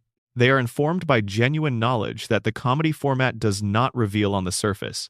And this means that the satirical observations embedded in the show's 36 years of content are not simply the random output of creative people making things up. They are the carefully calibrated output of a room full of extremely educated people who were studying American culture with genuine rigor and expressing what they found through the specific medium of a primetime animated comedy. The writer confessions that constitute the iceberg's bottom entries are scattered across interviews, DVD commentaries, and the occasional public statement that reveals more than the speaker perhaps intended. Al Jean, the show's long-running executive producer, has made a number of statements that, assembled, paint a picture of a show that is more deliberately designed than its surface presentation would suggest. His dismissal of the Homer coma theory, the statement that Homer is not in a coma, that the theory is fan speculation, was accompanied by a notable absence of the kind of alternative explanation that would have settled the matter. He said it is not true. He did not explain why the evidence for it is so consistent. He did not address the specific canonical details that support it. He dismissed the conclusion without engaging with the evidence. This is not necessarily suspicious. Television writers are not obligated to engage with fan theories on the fan theory's own terms. But the specific form of the dismissal, the absence of an alternative account of why Homer never ages, why the show became surreal after season 4, why God told Homer his time was coming 6 months before the coma, leaves the space for the theory intact. Gene said the answer is not coma. He did not say what the answer is. Matt Groening has made similar statements about the show's deliberate design of Springfield's geographic impossibility. He has confirmed that the vagueness was intentional. He has confirmed that the town was meant to be universal rather than specific. But he has also, in the same interviews, made remarks that suggest the vagueness goes further than a simple design choice that Springfield was built to be, in his words, every city and no city, in a way that is more philosophically precise than it might initially appear. The iceberg entry on Groening's statements is that the creator of the show has described Springfield, in aggregate across his various public statements, in terms that are more consistent with the simulation theory's account of the town than with the official production explanation. He did not say Springfield is a simulation, but the language he has used to describe it, a place that could be anywhere, a place designed to contain everything, a place where the specific rules of real geography do not apply because the show's needs are different from reality's needs, is the language of describing a designed environment rather than a depicted one. The lost episode mythology is real and is one of the iceberg's most interesting lower entries because it reveals something about the show's relationship with its own excess. The Simpsons has produced material that was written, sometimes scripted, occasionally animated, and then not broadcast. The reasons vary. Some material was cut for length. Some was deemed too dark for the show's broadcasting context. Some was cut because it conflicted with other decisions made in the same episode or season. And some, a very small amount, but an amount that is clearly non-zero, was cut because it went to places the show decided, in the moment of production, that it was not ready to go. The most famous example of this is the alternate ending to Who Shot Mr. Burns, which was fully animated with Smithers as the shooter, and then set aside when the writers decided on Maggie. This alternate ending was eventually shown on a clip show exposed, acknowledged, and then officially classified as a road not taken. But the alternate ending is unusual in how completely it was produced. Most cut material is cut before it reaches the level of full production. The Smithers ending was completed. It was a finished piece of television that the show chose not to broadcast. And its existence as a completed alternate version of the show's most significant mystery suggests that the mystery had more than one defensible solution, that the clues that supposedly pointed to Maggie also, with a different emphasis, pointed to Smithers, and that the show's final choice of Maggie was a choice rather than an inevitability. This is the iceberg entry. The Who Shot Mr. Burns mystery was not solved. It was decided, and a different decision would have produced an equally valid solution. The question of who actually shot Burns, the in-universe answer, if there is such a thing, is permanently open, because the show's own production process has demonstrated that the answer was a selection from multiple plausible options rather than a discovery of a single truth. The censorship history of The Simpsons is another bottom-of-the-iceberg entry that reveals things about the show's actual content that the broadcast versions do not fully convey. The show has, at various points in its history, been edited for different broadcast markets in ways that reflect the specific sensitivities of those markets. The UK broadcasts of certain episodes differ from American versions. Australian broadcasts have differed. The international distribution of the show has created a multiplicity of versions in which the same story is told with different emphases, different cuts, different decisions about what can and cannot be shown to specific audiences.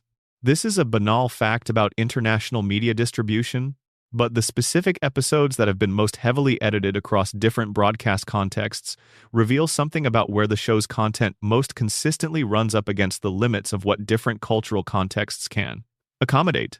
The most edited content, broadly speaking, falls into three categories: content involving religious themes, particularly content that depicts God in ways that specific audiences find disrespectful; content involving the nuclear power plant that goes further than the broadcast context can support in terms of its implications; and content involving the show's depiction of authority figures, police, government, corporate leadership in ways that specific regulatory environments find too critical. The religious editing is interesting in the context of the iceberg's theological claims. God exists in Springfield. God speaks to Homer. These are canonical facts that have survived broadcast in their original form in most markets. But specific details of how God is depicted, the specifics of divine appearance, the specific content of divine conversation, have been adjusted in markets where the depiction could be construed as irreverent in legally or culturally significant ways. The nuclear plant editing is more significant. There are episodes in which the specific details of the plant's violations, the specifics of what is being dumped where, the specific health consequences the show implies, have been softened for markets where the nuclear energy debate is more politically sensitive. The joke that Springfield's fish have three eyes is a joke everywhere, but the specific implication that the three-eyed fish is a documentary observation about real nuclear power plant operations rather than a cartoon exaggeration. That implication has been managed with different levels of directness in different markets. The final bottom-of-the-iceberg entry is the question that has always been implicit in everything this video has discussed, and that the video has been building toward without fully stating. What is The Simpsons actually about? Not what are the plots about, not what are the jokes about, not what are the character arcs about. What is the show, in its deepest ambition, trying to do? The surface answer is that it is a comedy, a satire, a parody of American domestic life and American cultural values. This is true, and this is well supported by everything the writers have said about their intentions. But the iceberg suggests a second answer that sits beneath the satirical ambition and supports it from below. The Simpsons is a document. Not in the sense that it predicts the future. We have discussed why the prediction reading is seductive but ultimately misleading. Not in the sense that it contains some hidden truth that can be decoded through careful analysis of its imagery and mythology, though there is more in that imagery and mythology than most analyses acknowledge. A document in the sense that it is the most complete record that exists of what a specific version of American life felt like from the inside, across a specific historical span. The show premiered in 1989, in the specific cultural moment of the late Cold War, of economic transition, of a middle class that was beginning to feel the first pressures of the forces that would spend the next 3 decades dismantling it. The family at the center of the show was immediately recognizable to a significant portion of the American viewing audience because they were that family, working class, in aspiration if not always in income, held together by one partner's emotional labor, navigating systems that were designed for someone else, finding joy and meaning in the domestic space because the larger public space had not offered them the kind of participation they had been promised. Across 36 years, the show has tracked what happened to that family and to that version of American life. Not directly, not through editorial commentary or explicit political analysis. Through comedy, through the specific, particular, observational comedy of writers who were paying close attention to the world they were depicting and finding, in the gap between how the world was supposed to work and how it actually worked, the material for jokes. The gap has grown larger over the decades. The distance between the official account of American prosperity and the actual experience of American working-class life has widened, and the show has widened with it. The absurdism has intensified, the satirical targets have become more extreme, the gap between Springfield and reality has narrowed even as Springfield has become more impossible. Because Springfield has always been documenting reality, and reality has been steadily becoming more Springfieldian. The iceberg's very bottom, the entry that lives in the dark water below everything else, is this. The Simpsons is the longest sustained cultural examination of the American family that has ever existed. And the conclusion it has reached, across 36 years of evidence, is not optimistic in the way that the couch gag and the opening theme suggest. The family survives. The family endures. The family finds its way back to the couch by the end of every episode, bruised and intact, laughing at something that hurt. But the family survives not because the system supports it. The family survives in spite of the system, against the system, through the sheer, stubborn refusal of people who love each other to be fully destroyed by a world that was not designed for their flourishing. Homer is broken. The breaking was deliberate and systematic and began before he was born. He is cognitively damaged by radiation and physical brain trauma and decades of inadequate medical care in a town where medical care serves the interests of the man who made him sick. His mother was taken from him by the employer he has spent his adult life serving without understanding the connection. His father made a deal with his oppressor to ensure his continued servitude. His intelligence, real, genuine intelligence, demonstrated when the crayon was temporarily removed, was buried by a system that required him to be manageable. And Homer is happy. Not always. Not consistently.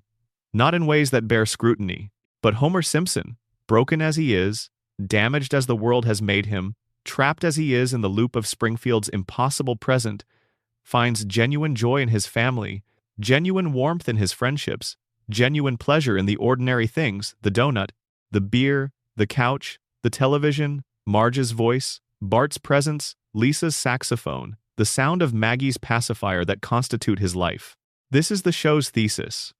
Not that the system is benevolent, not that things work out because the world is fair, but that the human capacity for joy is not contingent on the world's fairness. That people build warmth in spaces that were designed to be cold. That families hold together under pressures that should have ended them. That Bart's 10 years old and he's going to be 10 years old forever, and that forever, strange as it is exactly what Homer would wish for if he could wish for anything. The iceberg is not dark at the bottom, it is cold, and it is quiet, and the pressure is enormous. But at the very bottom, pressed down by everything above it, is the thing that explains why 36 years later we are still here, still in Springfield, still following the same family through the same impossible world. It is love. Imperfect, damaged, systematically undermined, biochemically complicated by radiation damage and cognitive impairment, and decades of institutional assault on the conditions that make love sustainable. But love?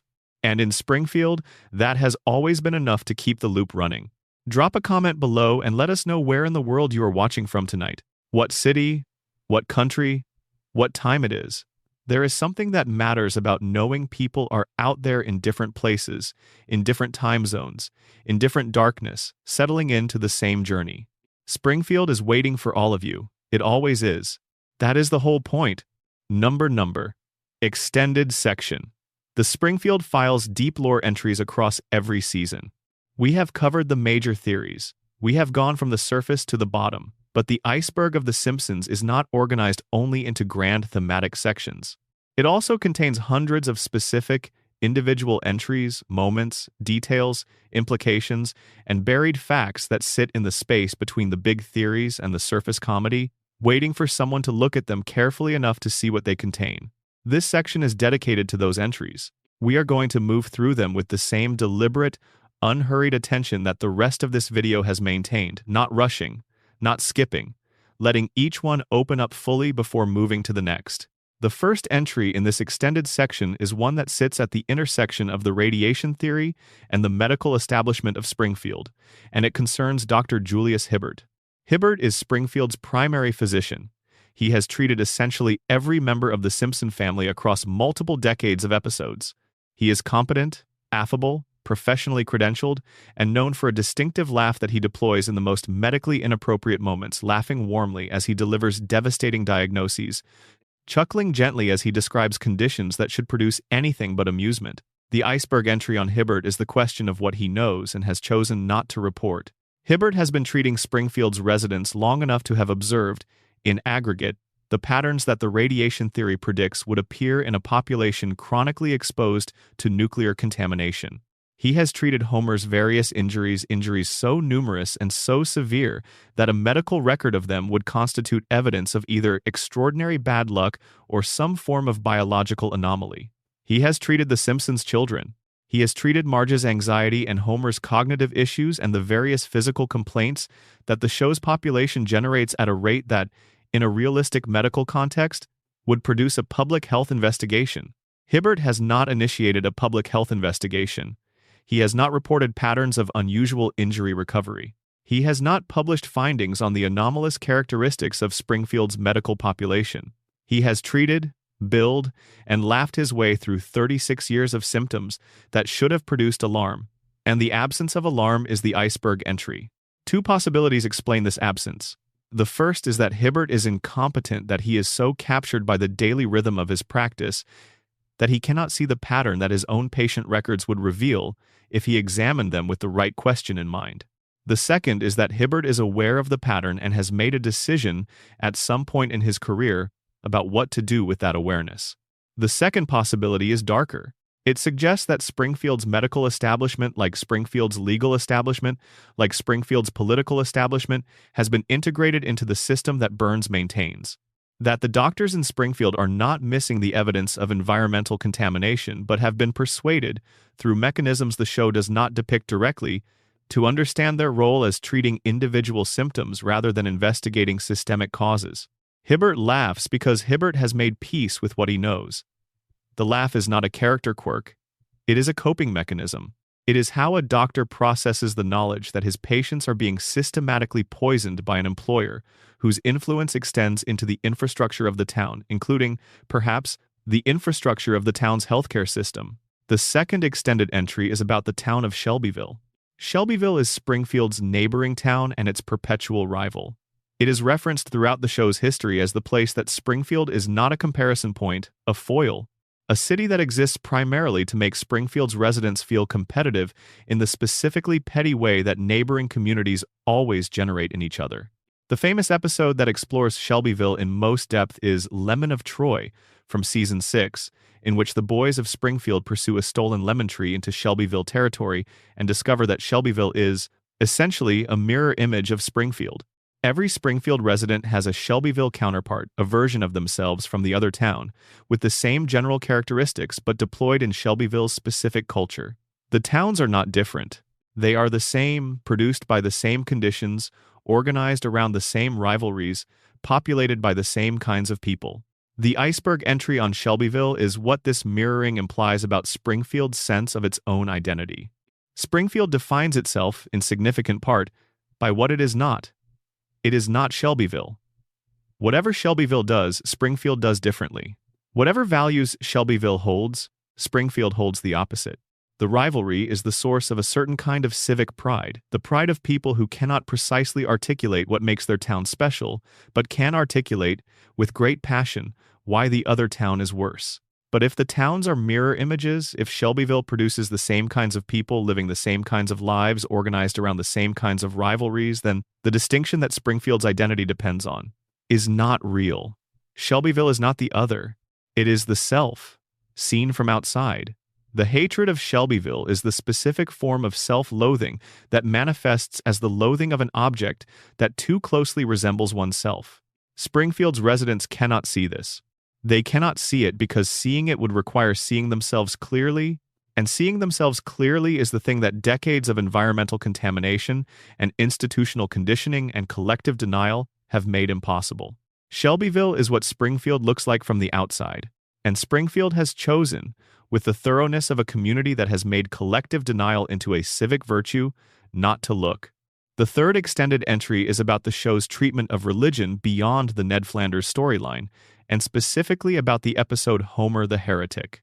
Homer the Heretic is one of the show's most philosophically ambitious episodes, and it is one of the ones most explicitly supported in its ambitions by canonical evidence that extends beyond its own runtime. In the episode, Homer decides to stop attending church and develops in his self-directed Sunday mornings a personal theology that the show treats with remarkable respect, not as idiocy or heresy in the pejorative sense, but as a genuine engagement with spiritual questions that organized religion has not answered for Homer. Homer's God, in this episode, tells him explicitly that not going to church does not diminish his spiritual standing. This is God speaking, within the canonical universe, and saying something that the religious establishment of Springfield, including Reverend Lovejoy's church, including Ned's devout practice, is not prepared to accommodate. The iceberg entry is what this means for the show's overall religious cosmology. God, within the show's universe, is not the God of Springfield's churches. He is not the God of Reverend Lovejoy's sermons, or Ned's scripture reading, or the specific theological framework that Springfield's Christian community deploys. He is, in the episodes in which he appears, a God who operates by principles that are consistently more pragmatic and more personal than institutional religion provides.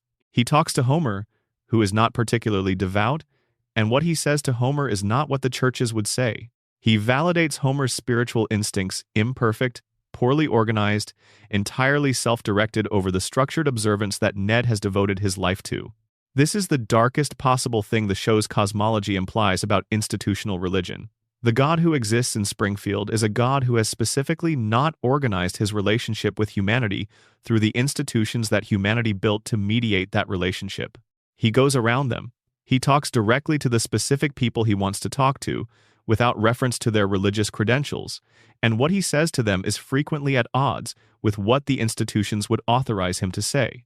Ned's God, the God organized around Ned's practice, the God who is supposed to reward the kind of faith and discipline that Ned has invested his life in, does not appear to correspond to the actual God who exists in Springfield's canonical universe.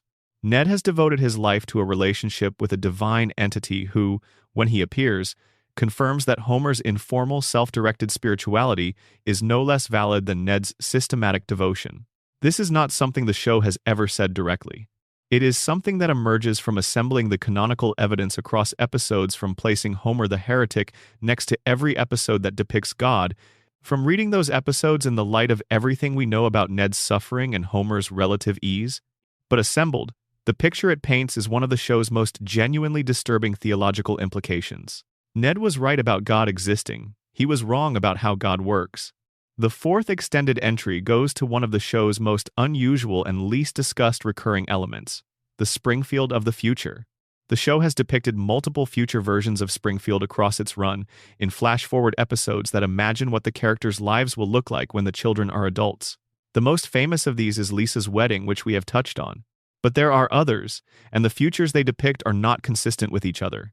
In some future episodes, Springfield is an environmental ruin, the consequences of the power plant's contamination finally made visible in the landscape itself, a town that has become the biome its industries always threatened to produce. In other future episodes, Springfield is a place of modest prosperity, changed but recognizable, the families still present, the social structures still functioning. In still others, the future is a technological transformation, Springfield having become a place that barely resembles what it is now. The inconsistency between these futures is not simply a production continuity problem. It is the show's acknowledgement that Springfield's future is genuinely undetermined, that the town sits at a branching point, that multiple versions of its future are plausible depending on which pressures ultimately prevail, and that the show itself, while it can imagine the futures, cannot select one as the definitive answer, because doing so would foreclose the possibility space that keeps the present uncertain and therefore alive. The iceberg entry is what the inconsistent futures reveal about Springfield's present. A town with multiple plausible futures is a town that has not yet resolved its central tension. The contamination might produce total environmental collapse, or it might produce a mutation-adapted population that finds a way to live in its altered ecology. The corruption might eventually destroy the institutional structures that allow for any kind of civic life. Or it might reach some equilibrium that allows Springfield to continue in degraded but functional form. Burns might die, or his treatments might extend his life indefinitely. The futures are inconsistent because the present is contested. Springfield has not yet decided what it is becoming. And the show, for all its 36 years of evidence, has not decided either. The iceberg goes down further than the evidence can follow. The fifth extended entry, and one of the deepest in this section, is about the show's relationship with the passage of time as an emotional rather than narrative concern. We have discussed the floating timeline as a production mechanism, we have discussed it as a philosophical condition, but there is a third dimension to it that the show engages with most directly in its moments of genuine emotional transparency, the moments when the comedy relaxes enough to let something underneath breathe. The floating timeline is, at its emotional core, the show's version of the universal human wish, not for eternal youth or immortality, not for the specific benefits that those things would provide. The wish is simpler and more specific than that. It is the wish to hold the present, this specific present, the one in which the children are young and the family is together, and the house on Evergreen Terrace is full without the inexorable progression that makes every present eventually the past. Homer's children will grow up, in reality. Bart will eventually stop being 10. Lisa will stop being 8. Maggie will speak. And when those things happen, when the children become who they are going to become, when the family that exists right now becomes the thing it is going to become, the version of the family that exists now will be unreachable. The specific configuration of people in a specific house in a specific moment will belong to the past, accessible only through memory, which is imperfect, and photographs, which are static, and television recordings, which can play back the images but not the feeling of being inside them. The floating timeline is the show's answer to this. It does not age the children, because aging the children would mean conceding that the present is temporary. It maintains the family in amber not because the writers are lazy or the network is commercially motivated, though both of these things are also true, but because the show has understood from very early in its run that it is performing a function for its audience that goes beyond entertainment. It is performing the function of keeping something that would otherwise be lost. The episode that makes this most explicit is not a famous episode. It is not from the Golden Age. It is a later season episode, one of the ones the show's critical community has largely dismissed, in which Homer sits with his children on a summer evening, and the scene is allowed to simply exist for a few minutes without the machinery of plot or joke doing anything to it. The children are there. The evening is warm. Homer is, for a moment, not catastrophizing or scheming or stumbling into consequences. He is simply present, in the ordinary way that is extraordinarily difficult to achieve and extraordinarily easy to lose. And the show lingers on this. It gives you the moment without immediately undermining it. It allows the warmth to be real without the punchline arriving to deflate it. This is, in the vocabulary of The Simpsons, an act of radical honesty. A show that has spent 36 years using comedy as armor is briefly setting the armor down. It is showing you the thing that all the comedy is protecting. Not just Homer and his family, but the wish that they represent, the wish that the good moments could last, that the present could hold, that the warmth of this specific evening could be preserved against the inevitability of everything that comes after. The iceberg entry is that this moment exists, that the show, after 36 years of jokes and theories and continuity errors and catastrophes and resets, still contains moments of this kind of transparency, still has access to the thing it was always trying to protect. The comedy is the armor. The moment on the summer evening is what the armor protects. And Springfield impossible, contaminated, corrupt, frozen, beloved, infuriating, yellow, unchangeable Springfield is where the armor lives, where the family lives, where the loop runs and the timeline floats, and the couch is always occupied, and the television is always on, and nobody ever has to say goodbye. The extended section's final entry is the one the iceberg saves for last, the one that requires everything above it to make sense, and that makes everything above it make sense in return. We have spent many hours in Springfield. We have found radiation and conspiracy and corruption and tragedy and comedy and love and the specific brand of damage that produces, paradoxically, the most durable form of endurance. We have found an ancient man in a tower, and a baby with a plan, and a man in a hospital bed dreaming of his family, and a simulation with seams showing at the edges, and a God who talks to the wrong people for the right reasons. And what we have found at the very bottom is this. The Simpsons has always known exactly what it is. It has known that it is a comedy about damage. It has known that its characters are broken in ways the comedy allows them to keep functioning despite. It has known that Springfield is not a real place, but is the realest possible depiction of what the pressures on a specific kind of American family produce.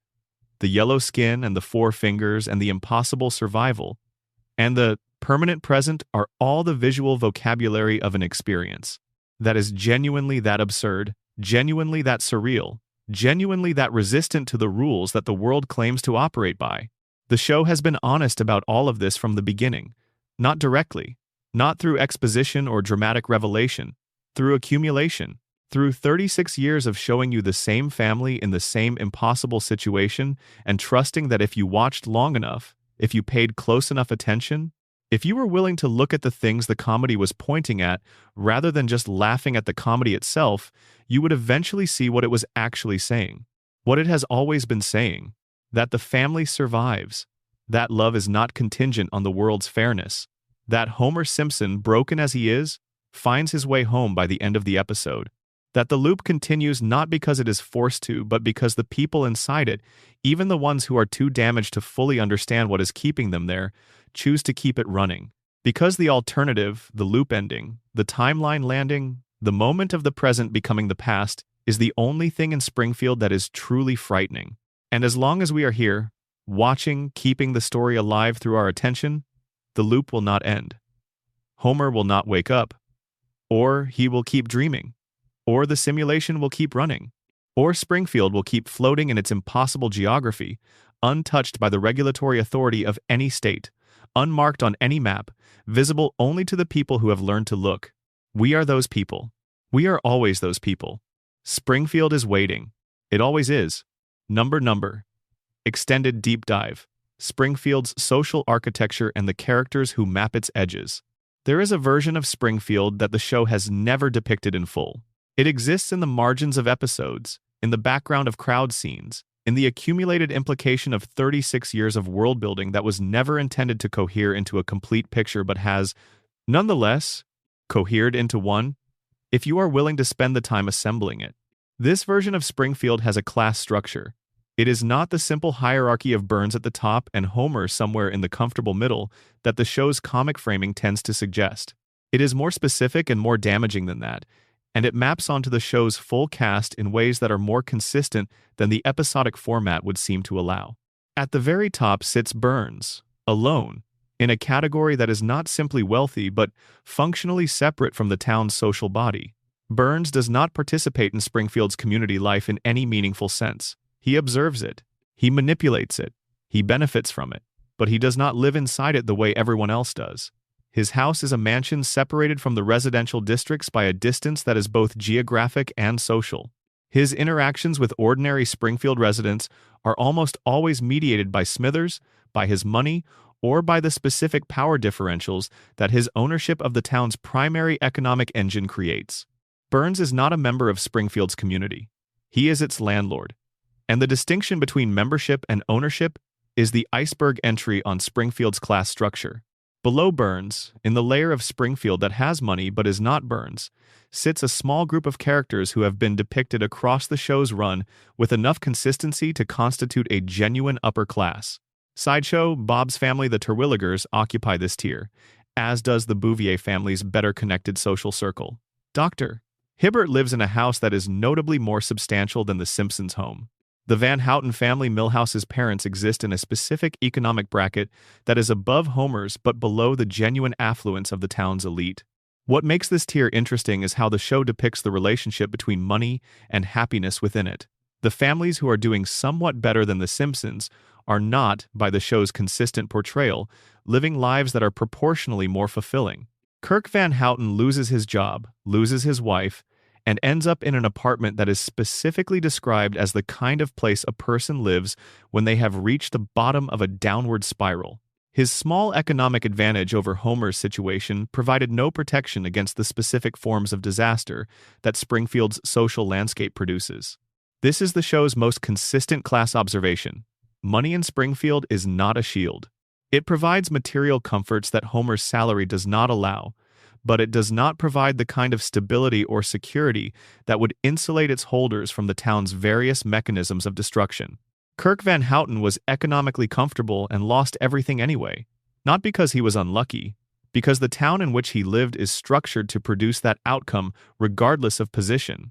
The Springfield Elementary storyline is one of the Iceberg's most sustained and least discussed institutional critiques. Springfield Elementary is a public school in a jurisdiction that consistently underfunds public education. This is established by the show's canonical economic situation, the plant's tax payments, managed by Burns to minimize their contribution to the public treasury, combined with Quimby's administration of those funds in ways that prioritize everything except education, mean that Springfield Elementary operates on a budget that cannot sustain the kind of educational environment that would produce the outcomes the students' families expect. Principal Skinner Tamzarian manages this impossible situation through a combination of genuine commitment to the institution and a bureaucratic pragmatism that has learned to work within constraints so severe that the working within them requires an almost heroic form of denial. Skinner knows the school is underfunded.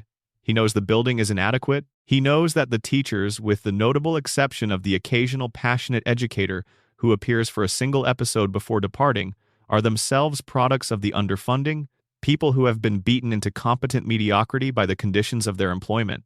And he keeps running the school, he keeps showing up, he keeps having the same arguments with Bart, the same conversations with Agnes, the same confrontations with Superintendent Chalmers, a figure whose relationship to Skinner is a precise miniature of the relationship between institutional power and institutional need. Chalmers represents a bureaucratic authority that demands results that the institution's funding does not allow. Skinner represents the institution, trying to satisfy demands it cannot meet with resources it does not have. The iceberg entry on Skinner and Chalmers is what their dynamic reveals about how public institutions survive under resource constraints. They survive by developing a shared fiction, a performance of accountability that satisfies the bureaucratic requirement without engaging with the actual conditions. Chalmers inspects, Skinner performs. The inspection satisfies the formal requirement of oversight without producing any information that would require anyone to confront the systemic nature of the problem. This is how the school stays open, not because it is functional, because everyone involved has found a way to produce the documentation of functionality without the substance of it. Superintendent Chalmers is worth examining separately because he is a character who has been developed, in recent seasons particularly, into something more complex than his initial presentation suggested. The early Chalmers is almost purely a comic figure, the authority who is fooled by Skinner's elaborate misdirections, the bureaucrat who accepts explanations that no rational person should accept because accepting them is easier than confronting what they explain away. He says Skinner in a specific way that has become one of the show's most quoted running jokes. He eats meals at the Skinner house and accepts absurd explanations for what he is eating. He is, in the comedy tradition, the fool. But the iceberg Chalmers is a person who has made a choice. The choice is not to be fooled. Chalmers is not stupid. The choice is to perform being fooled, because the alternative to performing being fooled is engaging with the reality of what Skinner's school actually is, and engaging with that reality would require Chalmers to either fix it or report it, and fixing it requires resources that the district does not have, and reporting it requires confronting a system that is deliberately structured to prevent the kind of accountability reporting is supposed to produce. Chalmers has been in his job long enough to understand what his job actually is. It is not to improve schools. It is to administer the appearance of improvement within a system that has no intention of providing the conditions improvement requires. He has made peace with this. The performance of inspection, the theatrical acceptance of Skinner's theatrical explanations, is not gullibility. It is professional survival. It is the way a person who is not willing to leave the system and is not able to change the system finds a way to function within it without going mad. Chalmers says Skinner, and the audience laughs. But the iceberg holds a sadder reading. He says Skinner the way people say the name of the specific impossible situation they have found a way to live with. Not in exasperation, but in a kind of weary affection for the specific impossibility that has become the organizing feature of their professional existence. The Quick E-Mart corporate structure is an iceberg entry that the show introduced and then quietly dropped, and the dropping is itself the entry. In the show's early seasons, it was established that the Quick E-Mart is a franchise that Apu's specific location is one of many Quick E-Mart stores, owned by a corporate entity that is itself owned by an individual who lives in a mountain compound in India and dispenses philosophical wisdom to franchise holders who make the pilgrimage to consult him. This individual, when Homer and Apu visit him, turns out to be a profoundly ordinary person whose mystique is entirely manufactured who retreats into a back room when the facade slips to watch American television and eat convenience food and be in private. The specific kind of disappointment that people who have been built up as wise men tend to be in private. The corporate Quick E-Mart is an American franchise operation masquerading as a spiritual tradition. The wisdom of its ownership structure is a business strategy dressed in the clothing of philosophy. The pilgrimage to the mountain compound, the careful dispensing of insight, the entire ceremony around the franchise relationship. It is all the machinery of a corporation that has discovered that wrapping commercial extraction in the language of spiritual guidance is good for business. The show made this observation, clearly and with genuine comic intelligence, and then dropped it.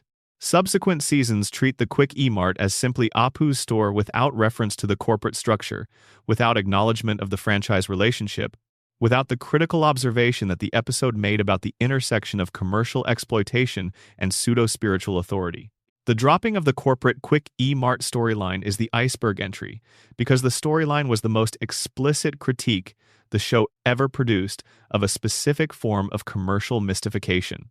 It named the mechanism by which ordinary commercial relationships are dressed in spiritual language to extract compliance from participants who might otherwise question the arrangement. And then it retreated from the naming. Why? The show does not say. The iceberg holds the question. The Santa's Little Helper storyline is one the show has maintained with more consistency than most of its supporting character arcs, and it contains an iceberg entry that the show has never explicitly addressed. Santa's Little Helper, the Simpson family greyhound, was acquired in the show's very first episode. Homer and Bart attend a greyhound racing event. Homer loses his Christmas money on a losing bet, and the dog, the loser of the race, is abandoned by his owner on the track. Homer and Bart take him home. The adoption is an act of impulsive compassion that the show treats as warmly as anything in its entire first episode. The iceberg entry is what the dog's biological situation implies about Springfield's environmental contamination. Santa's Little Helper, as we noted in the first section, has the same visual characteristics as his owners, the same bulging eyes, the same anatomical proportions that deviate from normal canine biology. The radiation theory predicts that Springfield's environmental contamination would affect animals in the same way it affects humans, and the dog's appearance is consistent with this prediction. But there is a deeper entry. Santa's Little Helper's career as a racing dog, his original context before The Simpsons adopted him, means that he came from a world where his biological performance was the basis of a commercial operation. He was bred for speed. He was trained for racing. He was discarded when he failed to perform. And he was discarded in Springfield, abandoned in a city whose environmental conditions may have been directly responsible for his failure to perform. If Springfield's water and air and soil have been contaminated by the plant's output, and if animals are affected by that contamination in the same way humans are, then the dog who could not run fast enough may have been a dog whose biology had been compromised by the specific environment in which he raced. He was abandoned for failing a performance standard that the environment may have made impossible for him to meet. He was adopted by the family of the man who works at the facility responsible for the contamination that may have impaired him. And he has lived, since then, in the specific warmth of a household that takes him in without asking questions about how he got to be the way he is. This is not a dark entry. It is one of the few iceberg entries that ends somewhere warm. The dog found the right family. The Simpsons, for all their damage, are exactly the right home for an animal who was discarded by a system that required too much from him. They are all, in various ways, discards. They are all animals abandoned on the track, picked up by a man who could not afford to keep them but could not bear not to. The Flanders children, Rod and Todd, are an iceberg entry that the show has handled with more care than it typically receives credit for. Rod and Todd exist, at the surface level, as comic counterpoints to Bart and Lisa. They are the children of a devout man, raised in an environment of religious discipline and spiritual instruction, and they are the show depicts this clearly somewhat damaged by it. They are fearful in ways that children should not be fearful. They are anxious about things that children in healthy environments do not typically worry about. They have been given a framework for understanding the world that does not allow them to engage with ordinary childhood experience in ordinary ways. The iceberg entry is not that religious upbringing can produce anxiety. The iceberg entry is the question of what the Flanders children will become. The show has never shown them as adults. Unlike the Simpsons children, who have been depicted in flash-forward episodes with some degree of specificity, Rod and Todd exist only in the perpetual present of their childhood, raised by a father whose emotional processing is constrained by conditioning, living next door to a family whose chaos represents everything their household is structured to exclude. What would Rod and Todd become if the floating timeline ever released them? Children raised in Ned's household in an environment of enforced goodness, suppressed anger, and the specific form of spiritual anxiety that comes from being told that every action has cosmic consequence, carry those conditions forward into adulthood in ways that are not always benign. Ned's own history demonstrates this. He was a violent child who was conditioned into compliance. His children are being conditioned from birth. The question of whether the conditioning will hold or what it will produce when it meets the resistance of an adult world that does not reinforce it, is the question the show cannot ask without aging its characters. The Iceberg holds the question. The show holds the children in amber. And Rod and Todd, somewhere in Springfield's permanent present, remain in the house on the other side of the fence, learning to be afraid of things that children should not be afraid of, while the Simpsons household roars and argues and laughs on the other side of the wall that separates them. The itchy and scratchy cartoon that plays within the show is one of the Iceberg's most frequently analyzed meta-entries, and the analysis has been so thorough that the surface observation, the show within a show parodies the violence in children's entertainment, has become so well known that the deeper entries beneath it have been somewhat obscured. Itchy and Scratchy are the fictional cartoon that Bart and Lisa watch. Within the logic of the show's universe, it is the most popular children's entertainment program in Springfield. The thing that children watch with the same devotion that real children have historically directed toward their favorite programs. Bart and Lisa love Itchy and Scratchy. The show is extremely violent. The cat is killed, repeatedly and elaborately, by the mouse. The violence escalates with each episode. The children delight in it. The surface parody is clear and has been discussed at length. The show is making an observation about the relationship between children and violent entertainment, about the gap between the concerns of parents and the preferences of children, about the way that moral panics over entertainment content tend to obscure more significant sources of real-world harm. The Iceberg entry is what Itchy and Scratchy reveals about Bart and Lisa specifically. Both children are depicted as devoted fans of a program in which one character systematically destroys another in increasingly creative ways. Both children respond to this violence with delight, and this is presented as normal as the ordinary response of ordinary children to a fictional cartoon without examination. But Bart and Lisa are not ordinary children in a normal environment. They are children who have been raised in Springfield's contaminated environment, who have been affected by the same conditions as everyone else in the town, who have grown up in a household organized around Homer's limitations and Marge's compensations. And their enthusiastic consumption of a program centered on elaborate systematic violence is, in the Iceberg's reading, not simply a comment on children's media preferences. It is a portrait of children who have been conditioned, by their environment, to find destruction entertaining. This is the darkest Itchy and Scratchy entry, not the meta-commentary on children's television. The suggestion that Bart and Lisa's delight in the violence is not a media effect but an environmental one, that children raised in Springfield's specific conditions develop specific appetites, and that those appetites manifest in ways the show depicts as normal but which, examined closely, are something else. The episode involving Homer's barbershop quartet Homer and the band he assembles that briefly becomes internationally famous before dissolving in a storm of creative differences and commercial compromise contains an Iceberg entry about Homer's unrealized potential that sits alongside the crayon entry but approaches the same material from a different angle. Homer has musical ability. The show establishes this clearly in the barbershop quartet episode and in various other moments across its run. He has a good voice. He has musical instincts.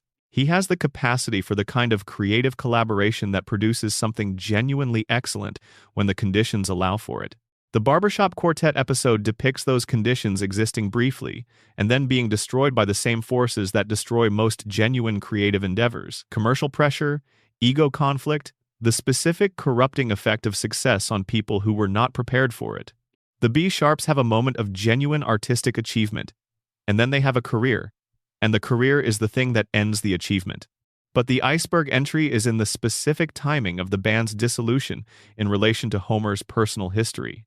The B-Sharps' success period corresponds, in the show's floating timeline logic, to a period in Homer and Marge's relationship that is depicted elsewhere as one of the most strained. The success that Homer achieves through the band, the recognition, the achievement, the experience of being genuinely good at something and having the world acknowledge it, comes at a cost to his domestic life that the show depicts as significant. Homer cannot, it seems, have both. The world that allows him to be recognized for what he can do is not the world that contains his family. The world of his family, the domestic world of Springfield, of Marge's patience and the children's needs, and Homer's job at the plant, does not contain recognition of what Homer can actually do when given the conditions to do it. This is the iceberg entry on Homer's creative potential. It is not simply that Homer is smart when the crayon is removed. It is that Homer has multiple forms of capacity, musical, creative, managerial within certain contexts that the life he lives does not allow him to express. And the moments when those capacities surface, when the conditions briefly exist for Homer to be more fully himself, are consistently unsustainable.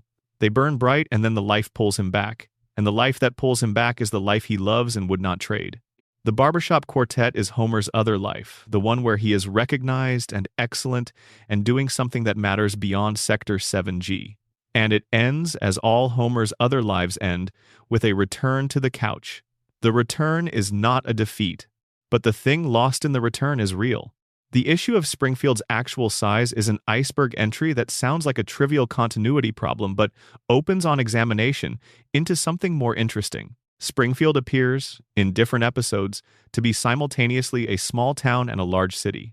In some episodes, it has a population small enough that Homer and Marge know essentially everyone, that civic events involve the participation of a recognizable core cast, that the town feels like the kind of place where everyone's business is everyone's business.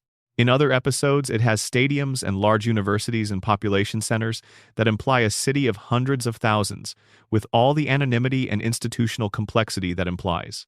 The show has given various population figures for Springfield across its run. They do not agree with each other. Some figures imply a small town of a few thousand. Others imply a metropolitan area of several hundred thousand.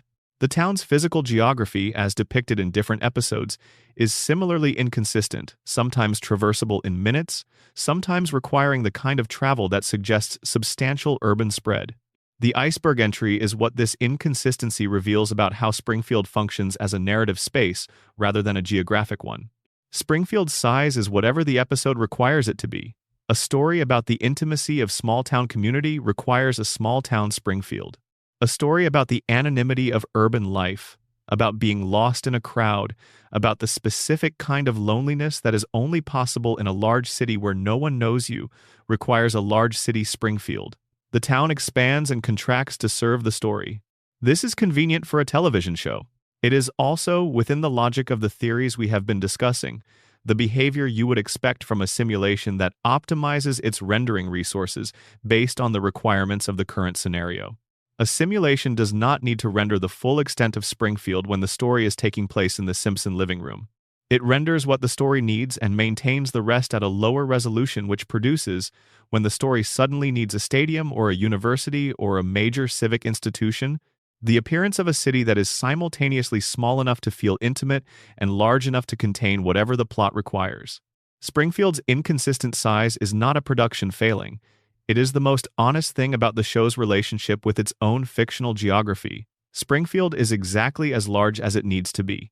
No more, no less. The simulation is efficient. The mystery of who funds Springfield's various civic institutions is an iceberg entry that the show has never addressed, but which, examined from the outside, produces a portrait of civic infrastructure so thoroughly compromised that it raises questions the comedy format is not equipped to answer. Springfield has a functioning public library. It has parks, though they are consistently inadequate. It has fire stations and police stations and a city hall and a courthouse and a public museum that has been depicted in various episodes with varying levels of institutional coherence.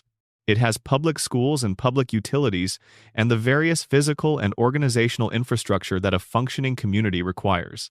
All of this costs money.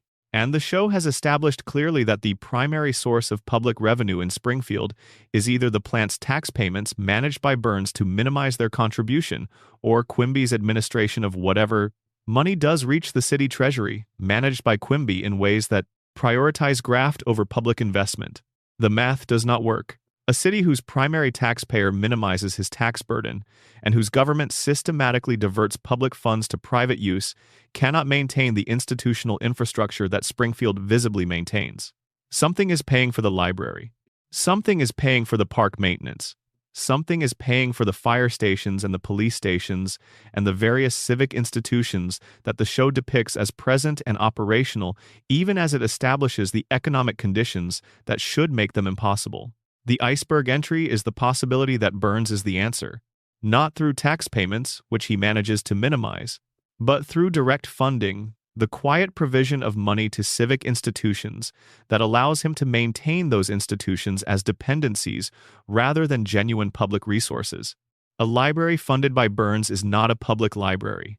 It is Burns's library, accessible to the public at Burns's discretion, maintained in the condition that Burns finds acceptable, and oriented toward the civic function that Burns finds useful. If Burns funds Springfield's civic infrastructure, then the institutions that are supposed to provide an independent check on private power, the courts, the police, the city government, are funded by the private power they are supposed to check. They are not independent. They cannot be. And the show's consistent depiction of these institutions as comic failures of accountability becomes, in the iceberg reading, not a comment on bureaucratic incompetence, but a portrait of institutions that cannot function as independent checks because they have never been independent. Springfield's civic infrastructure is another arm of Burns's management of the town. The courts cannot convict him because he has funded the courts. The police cannot investigate him because he has funded the police. The city government cannot regulate him because he has funded the city government. The whole structure of civic accountability that should constrain the richest man in town has been hollowed out by the consistent operation of his wealth over more than a century. This is the iceberg's deepest institutional entry.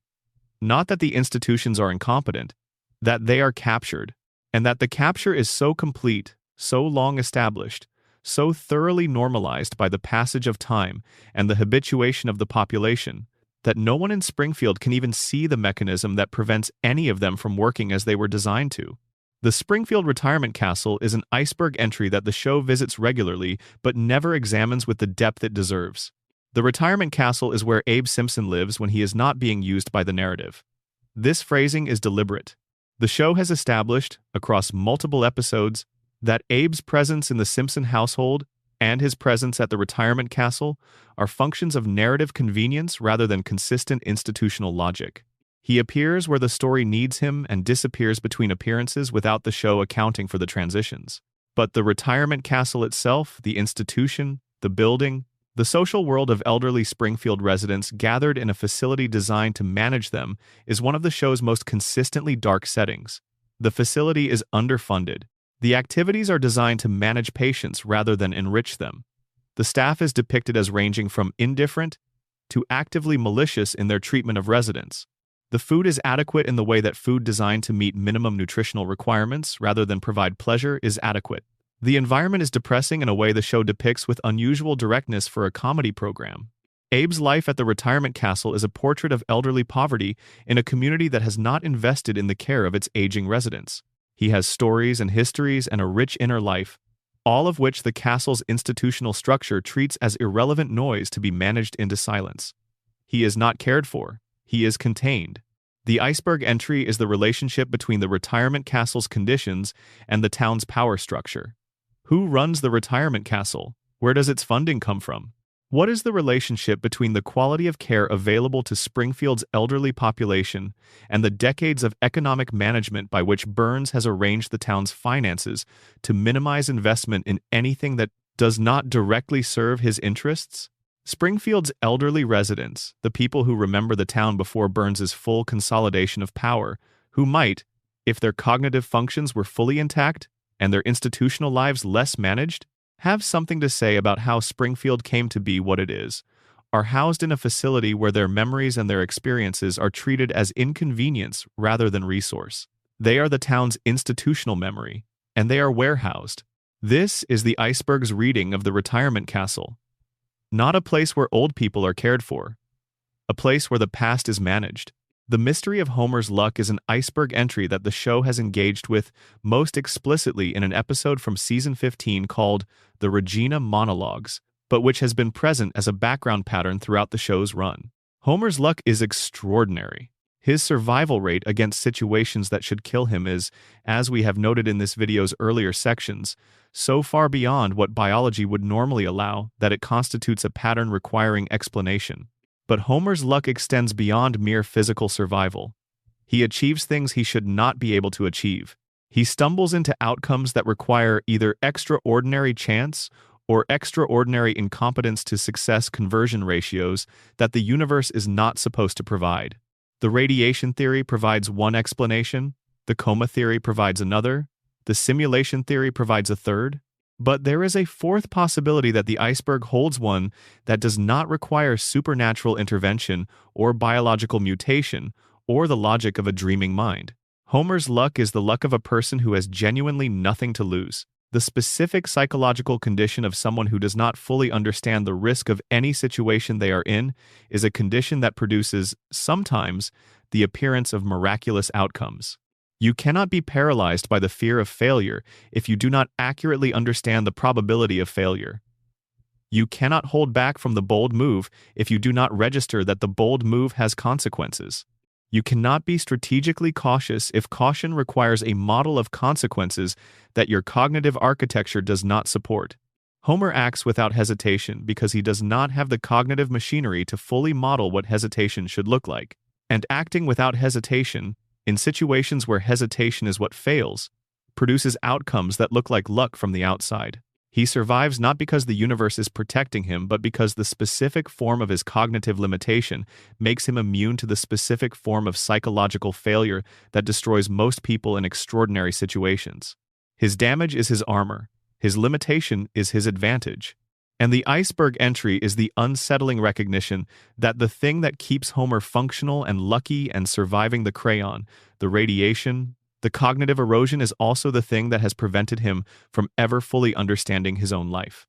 The final extended deep dive entry is about the specific emotional register of the show's most celebrated episodes, the ones that fans return to, that rate consistently as the best the show has produced, that have accumulated the kind of cultural resonance that allows lines from them to function as shared language across decades. The episodes that fans love most are not typically the funniest. They are not the ones with the most elaborate plots, or the most impressive celebrity appearances, or the most ambitious satirical targets. The episodes that matter most are the ones that have the courage to be genuinely felt. Homer the Heretic, Lisa's Substitute, Bart Gets an F, Mother Simpson, and Apu You. Summer of 4'2", The City of New York versus Homer Simpson, Behind the Laughter. The ones that make people cry while they are laughing, or laugh when they would otherwise be crying, or that find the specific frequency at which the comedy and the genuine human feeling are not at odds with each other but are the same thing expressed through different surfaces. What these episodes have in common is that they take the damage seriously. They do not resolve it, they do not explain it away. They do not find the joke that makes it manageable. They sit with it. Lisa is alone and brilliant and 8 years old, and she found a teacher who saw her, and she has to let him go. Bart is failing, and he knows he is not stupid, and he cannot make his brain do the thing it needs to do, and he sits with his head on the desk after the test and cries. Homer finds his mother, and she has to leave again, and he sits on the porch and watches the car disappear, and the scene holds on his face for long enough that you feel the weight of 27 years pressing through the frame. The iceberg entry on these episodes is the recognition of what they have in common with the iceberg itself. They are the moments when the show stops pointing at the things and starts being the things. When the comedy format drops away and what is underneath is allowed to breathe. When Springfield is not a satire or a parody or a joke about America, but simply the place where a family lives, and the family is damaged, and the damage is real, and the love that persists in spite of the damage is also real, and there is no joke that makes any of it less true. These are the moments at the bottom of the iceberg. Not in the cold, pressurized, theoretical darkness of the deep entries about simulation theory and God's cosmology and Burns's institutional capture of Springfield's civic infrastructure. In the warm, quiet, achingly ordinary darkness of a man sitting on a porch watching a car drive away, that is the real bottom of the Simpsons iceberg. Not a theory, a feeling. The feeling of a family that should not have survived this long. The feeling of people who love each other more than the damage that was done to them, who find their way back to the couch episode after episode after episode, who keep the loop running not because they have to, but because the loop contains everything they love. That is Springfield. That is the whole point. Number, the final descent. 36 years of evidence, and the questions that remain. There is a specific kind of attention that a show accumulates after 3 decades. It is not the attention of fans who have followed the show continuously from its premiere. There are fewer of those than the cultural mythology of the show would suggest, since people age out and back in and sideways through their relationship with a program that has outlasted multiple phases of their lives. It is the attention of people who return, who pick the show up again after years away and discover that the world they left is unchanged, that the family is still there, that the couch is still occupied, that the opening credits still play in the same sequence with the same music and the same family materializing in the same formation. The return is the thing that produces the most interesting relationship with the show, because the return involves a specific kind of double vision. You see the show as it is as the current season presents it, with its current cultural references and its current production style. And you see the show as it was as you remember it from the period when it was most present in your life. And the gap between those two things, the gap between the show you remember and the show you are watching, is where the most interesting material lies. The show has not changed. The family has not aged. The house looks the same. The opening credits play in the same sequence. And you have changed, you are older, you have lived more, you see things differently than you did when you first watched. And so the same show, watched by a different version of yourself, produces a different experience without the show itself having done anything to produce it. This is the Iceberg's final entry on the show's relationship with its audience. The Simpsons changes without changing. It accommodates the evolution of its viewers while remaining fixed in its own present. It ages with you by staying young. And the emotional experience of watching it, the specific mixture of nostalgia and currency, of recognition and freshness is not produced by the show, but by the relationship between the show and the specific version of you that is watching it right now. The question of why the show still matters, why anyone is still watching 36 years in, why people who were not born when it premiered are now engaged with its mythology, why the Iceberg exists in the first place, why anyone has spent the effort to dig into the details and the implications and the buried storylines of a primetime animated sitcom, this question has been floating through everything in this video, and we should answer it directly before we leave. The show still matters because it is the longest sustained attempt that American popular culture has made to examine a specific question. The question is this: what does a family look like when the world has done everything it can to break it, and it has not broken? The world has done everything it can to break the Simpsons. Burns has poisoned their water and stolen Homer's mother and arranged the conditions of Homer's employment to ensure his continued servitude. The radiation has damaged Homer's brain and altered the biology of his children and marked everyone who lives in Springfield with the visible evidence of what they have been subjected to. The economic system has extracted the most productive years of 2 adults' lives in exchange for a salary that provides basic security, but not genuine prosperity. The social system has isolated Lisa, misdirected Bart, overlooked Maggie, and failed Marge in the specific way that systems fail people who are too competent to be helped, but too embedded in their responsibilities to exit. And the family has not broken. Not because they are strong, exactly, though they are strong in the specific way that people who have had to survive things become strong. Not because the system relented, because it has not.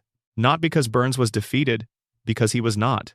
Not because the radiation was contained, because it was not. The family has not broken because they chose each other. Every episode at some level is the story of that choice being made again. Homer chooses Marge. Marge chooses Homer. Bart chooses, in his specific contrary adolescent way, to be in this family rather than not in it. Lisa chooses, in her specific, passionate, disappointed way, to care about the people around her even when they cannot meet her where she is. And Maggie watches all of it, enormous-eyed and silent, and chooses in whatever way a 1-year-old chooses anything to be exactly where she is. The family is not perfect. It has never been perfect. It has been documented across 36 seasons with a specificity that makes its imperfections impossible to miss: the anger, the failure, the disappointment, the moments of genuine cruelty and genuine stupidity and genuine harm that people who love each other still manage to inflict on each other, because love does not automatically produce wisdom or patience or the right words in the right moment. But the choice persists. The family persists. And the persistence of the choice, across 36 years of evidence that the world would prefer a different outcome, is the show's argument. The argument is not that families should be like The Simpsons. They should not. The dysfunction is real, the damage is real, the systemic harm is real. The argument is that families survive the things that are done to them and do not have to be destroyed by them, and that the survival is not automatic or effortless or guaranteed.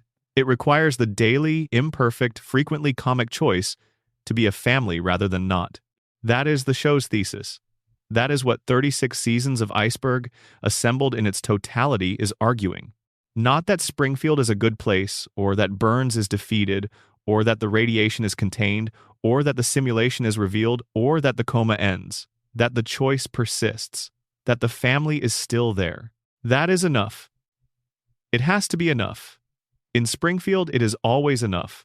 Let us spend some time in the specific episodes that constitute the iceberg's emotional core, the ones that are not frequently cited as the best of the series, but which contain, in their specific moments, the material from which the show's deepest argument is built. The episode called Secrets of a Successful Marriage is not typically mentioned in the best of conversations. It is a mid-season 5 episode in which Homer, feeling intellectually inadequate in relation to his friends, decides to teach a class at the Springfield Learning Center on the secrets of a successful marriage. He has no credentials for this. He has no particular insight into what makes marriages work beyond the fact that his own has continued. And his class quickly runs out of material when he discovers that everything he knows about marriage can be communicated in approximately 10 minutes. His solution is to share intimate details of his marriage, things Marge has told him in confidence, observations about their relationship that she trusted him to keep private. He broadcasts the private life of their marriage to a class of strangers because he needs material, and the marriage is the material he has. Marge leaves him. She moves out. She goes to live with her sisters. And Homer, alone in the house that the marriage has built, faces the specific form of emptiness that is produced not by never having had something, but by having had it and lost it through your own action. The iceberg entry on this episode is not the marital conflict, which is the surface story. It is what Homer does in the empty house. He sits in the places Marge usually occupies. He does the things she usually does. He attempts to be the version of the household that she provides and discovers, in the attempting, that he cannot do it. Not because the tasks are technically beyond him, they are not, but because the doing of them without her there to do them with is unbearable in a specific way that he does not have the vocabulary to articulate. Homer does not know how to miss Marge in the sophisticated emotional language of someone who has examined their feelings carefully. He misses her in the way that a person whose emotional architecture was damaged in childhood misses the thing that structures their adult life. Completely. Without reserve. In a way that makes the absence of her into the only present fact. And when she comes back, because the show requires it, but also because the show has built their reconciliation carefully enough that it does not feel like a requirement, it feels like a choice. The moment is not a dramatic declaration.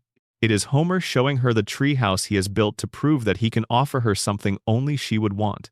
An outdoor space that is specifically for her comfort.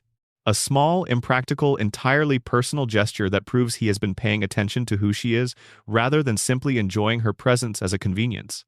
This is the iceberg bottom of that episode. Not the conflict, not the reunion, the treehouse. The specific form that Homer's love takes when he is actually paying attention. Small, impractical, entirely hers. The episode Lisa's Pony is another iceberg entry that deserves examination beyond its surface plot. Homer, having failed to fulfill a promise to Lisa, having let her down at a moment when she needed him and found that his own impulses had priority over her needs, decides to atone by buying her the pony she has always wanted. He cannot afford the pony. He gets a second job at the Quick E-Mart, working nights after his day at the plant to pay for the pony's boarding. He is sleeping approximately 2 hours per night. He is exhausted in ways that the show depicts without the usual comic deflation. The exhaustion is real, the toll is visible, and the fact that he is doing this for Lisa, who does not fully understand the cost and would not want him to pay it if she did, is allowed to be both comic and genuinely moving at the same time. The iceberg entry is a scene late in the episode. Homer is in the middle of his overnight shift at the Quick E-Mart, so tired that he cannot keep his eyes open, and Lisa comes in. She has figured out what he is doing. She knows about the second job, and she tells him that he does not need to do this. that she loves him even when he lets her down, that the pony was wonderful but it is not worth what he is paying. And Homer's response, delivered with the specific vulnerability of a man who has been trying very hard at something and is very tired, is to tell her that he is not doing it for her. He is doing it because she deserves it. Because she deserves to have a father who can give her the things she wants, even if the father who actually exists cannot manage it without working himself into the ground. The pony goes back. The episode ends without resolution in the sense of permanent achievement. Homer cannot sustain the second job, the pony cannot be kept. The gap between what Lisa deserves and what Homer can provide remains exactly what it was at the beginning of the episode. But what the episode has established, in the space between the beginning and the end, is that Homer knows the gap is there. He sees it. He tried to close it, not because he thought he could, but because the trying mattered. And the trying, witnessed by Lisa, becomes the thing she actually wanted, not the pony. The knowledge that her father sees her clearly enough to know what she deserves. We should spend time with Lisa specifically, because Lisa is the iceberg's most important figure and the one whose story has the most direct relationship with the show's overall argument. Lisa Simpson is 8 years old. She has been 8 years old for 36 years. She has spent 36 years being the most intelligent person in most rooms she enters, in a town that does not know what to do with that intelligence, and a family that loves her without being able to meet her where she is. She has spent 36 years feeling the specific loneliness of being smarter than the people who love you, the loneliness of knowing things they do not know, seeing connections they cannot see, caring about outcomes they cannot access. The show has depicted this loneliness with more care than it is usually credited for. Lisa is not simply a genius character deployed for satirical effect. She is a person in genuine psychological distress who has been given the specific coping mechanism of intellectualizing everything, of channeling her emotional experience into articulate analysis, because the analysis is something she can control and the feelings themselves are not. The iceberg entry on Lisa is the question of what she will become, not in the flash-forward episodes which have answered this in various ways. In the present, in the Springfield that exists right now, what is Lisa becoming, and what is the becoming costing her? She is becoming someone who has learned to expect disappointment. Not because she is cynical, she is one of the show's most consistent optimists, in the specific way that people who believe the world could be better are optimists, even when they are angry about how far it falls short. But because the gap between what she believes the world should provide and what it actually provides has been consistent enough across the entirety of her conscious life, that she has incorporated the gap into her expectations. She expects to be disappointed. She expects to fight for things that should not require fighting for. She expects that the right answer will be argued against, that the correct analysis will be dismissed, that the passionate advocacy will produce less than it should. And she keeps going anyway. She keeps caring. She keeps writing the essays and playing the saxophone and raising the issues and fighting the fights. Not because she believes she will win, because she has decided that the fighting matters independent of the winning, that the act of insisting on the world she believes in is not invalidated by the world's failure to become that thing. Lisa is the show's moral argument made into a character. She is the proof that caring, even when caring is expensive and often futile, is the right response to a world that is frequently wrong. She is 8 years old and she is doing this every day in Springfield, and the show has been depicting her doing it for 36 years, and the show has been right about her every time. The saxophone is the iceberg's most quietly powerful symbol, and it deserves more attention than it typically receives in discussions of the show. Lisa's saxophone is the only thing in her life that the show consistently depicts as fully hers, not mediated by family dynamics or school expectations or the judgment of Springfield's social environment. Not colored by her intelligence or her loneliness, or the gap between what she deserves and what she gets. When Lisa plays the saxophone, she is simply playing, and the playing is complete in itself. The show has been careful about this. It has not given the saxophone a narrative function in most episodes. It has not made Lisa's musical ability into a plot driver or a source of external validation or a mechanism through which she resolves her conflicts. The saxophone is the part of Lisa that exists before narrative.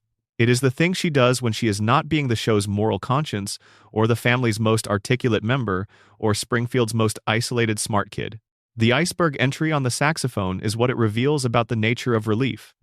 Lisa's saxophone is her relief from the weight of being Lisa. The weight of caring about everything, of seeing everything clearly, of insisting on the world as it should be rather than accepting it as it is. The saxophone does not require her to care, or to see, or to insist. It requires her to listen and to respond and to be present in a way that is entirely internal, that does not have to translate itself into words or arguments or advocacy to be meaningful. This is also true of the sleep that this video is designed to accompany. The specific relief of letting the analysis rest, of allowing the theories and the implications and the assembled evidence to sit quietly for a few hours while the mind does something different, of inhabiting the warm, soft, yellow world of Springfield without asking what it means. The saxophone is Lisa's version of that. The iceberg, assembled, is ours. And the setting it down, the closing of the theory, the allowing of Springfield to simply be Springfield, funny and warm and impossible, is the sleep that follows the descent. There are entries on the iceberg that we have not reached in this video. The show has been running for 36 years and the iceberg is proportionally vast. We have not spent enough time with Selma's attempts at motherhood and what they reveal about the show's treatment of women who want children and cannot have them in the way they planned. We have not fully examined the specific economic history of Moe's Tavern, which has been established across multiple episodes as a business that should not be viable but persists through mechanisms the show has never fully explained. We have not looked carefully enough at the Springfield Heights storyline and what it reveals about the show's engagement with gentrification and the specific violence of economic development that improves a neighborhood for everyone, except the people who were already living there. We have not spent enough time with the Springfield Police Department as an institution with the specific way that Chief Wiggum's incompetence has been established as not simply personal but systemic, not simply his failure but the failure of a department that was designed to perform law enforcement without actually providing it. We have not examined the Springfield Elementary School Board, which has appeared in enough episodes to constitute a portrait of educational governance so thoroughly captured by competing private interests that genuine educational outcomes have become incidental to its operation. We have not explored the specific entries related to the show's relationship with its own merchandise and commercial empire, the way the show has depicted its own commercial commodification within its episodes, the way it has made jokes about The Simpsons as a brand while being the thing it is making jokes about, the specific self-awareness that has made The Simpsons one of the most commercially successful cultural properties in the history of entertainment, while simultaneously being a show that takes the critique of commercial culture seriously. These entries are on the iceberg. They are below the waterline, and the waterline has much further to go. The iceberg's relationship with the show's own endings is the final entry we have space to examine in this video, and it is the one that circles back to where we began. The Simpsons has had several false endings, episodes that were written or framed as potential series finales that then turned out not to be the series finale. The show has outlasted every prediction of its conclusion.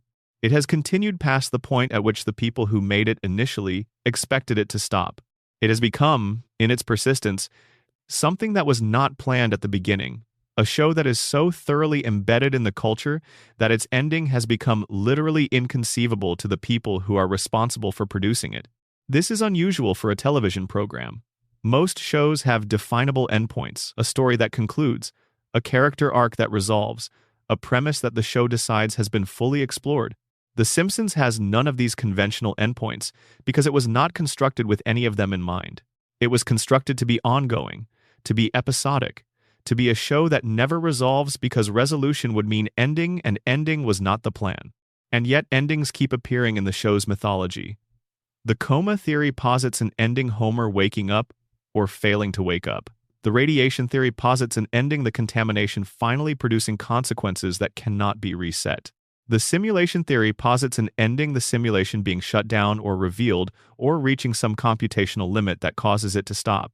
Every theory about Springfield contains, in its logic, a potential endpoint that the show has not allowed to happen.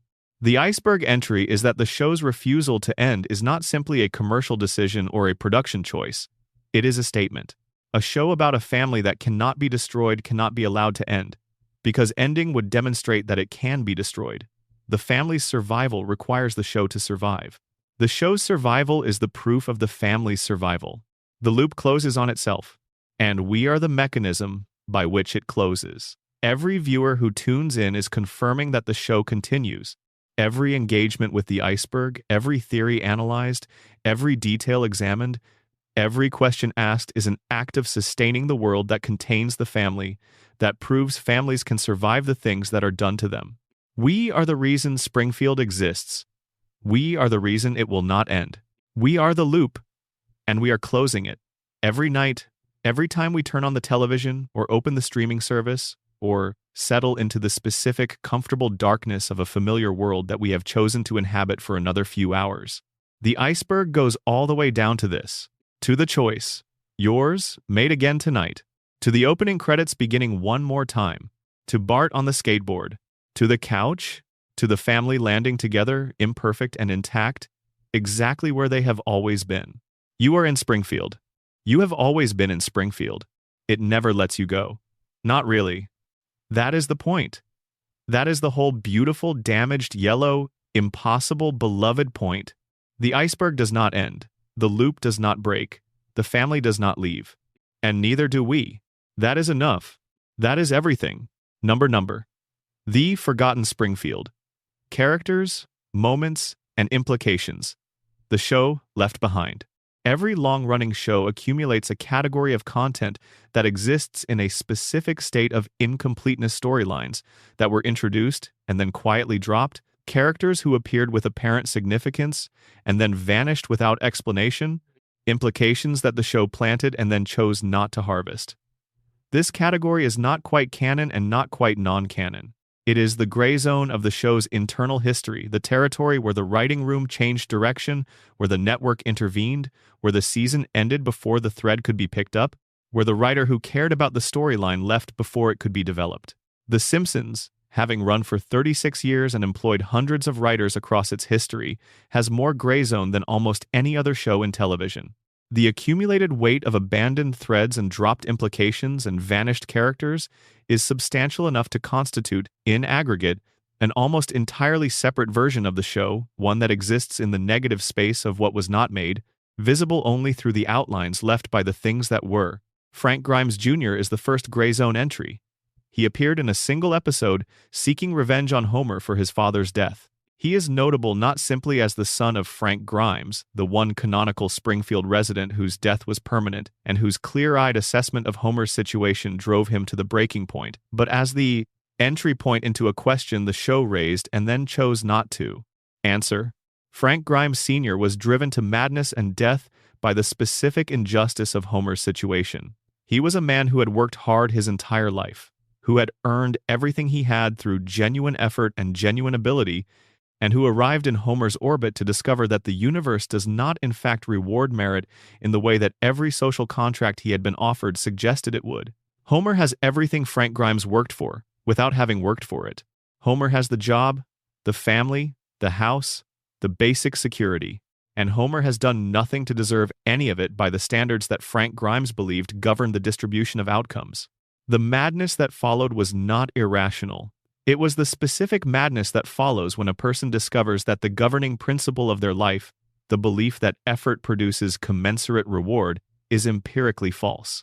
Frank Grimes looked at Homer and saw the proof of that falseness, and the proof was so complete and so specific that it was impossible to rationalize away.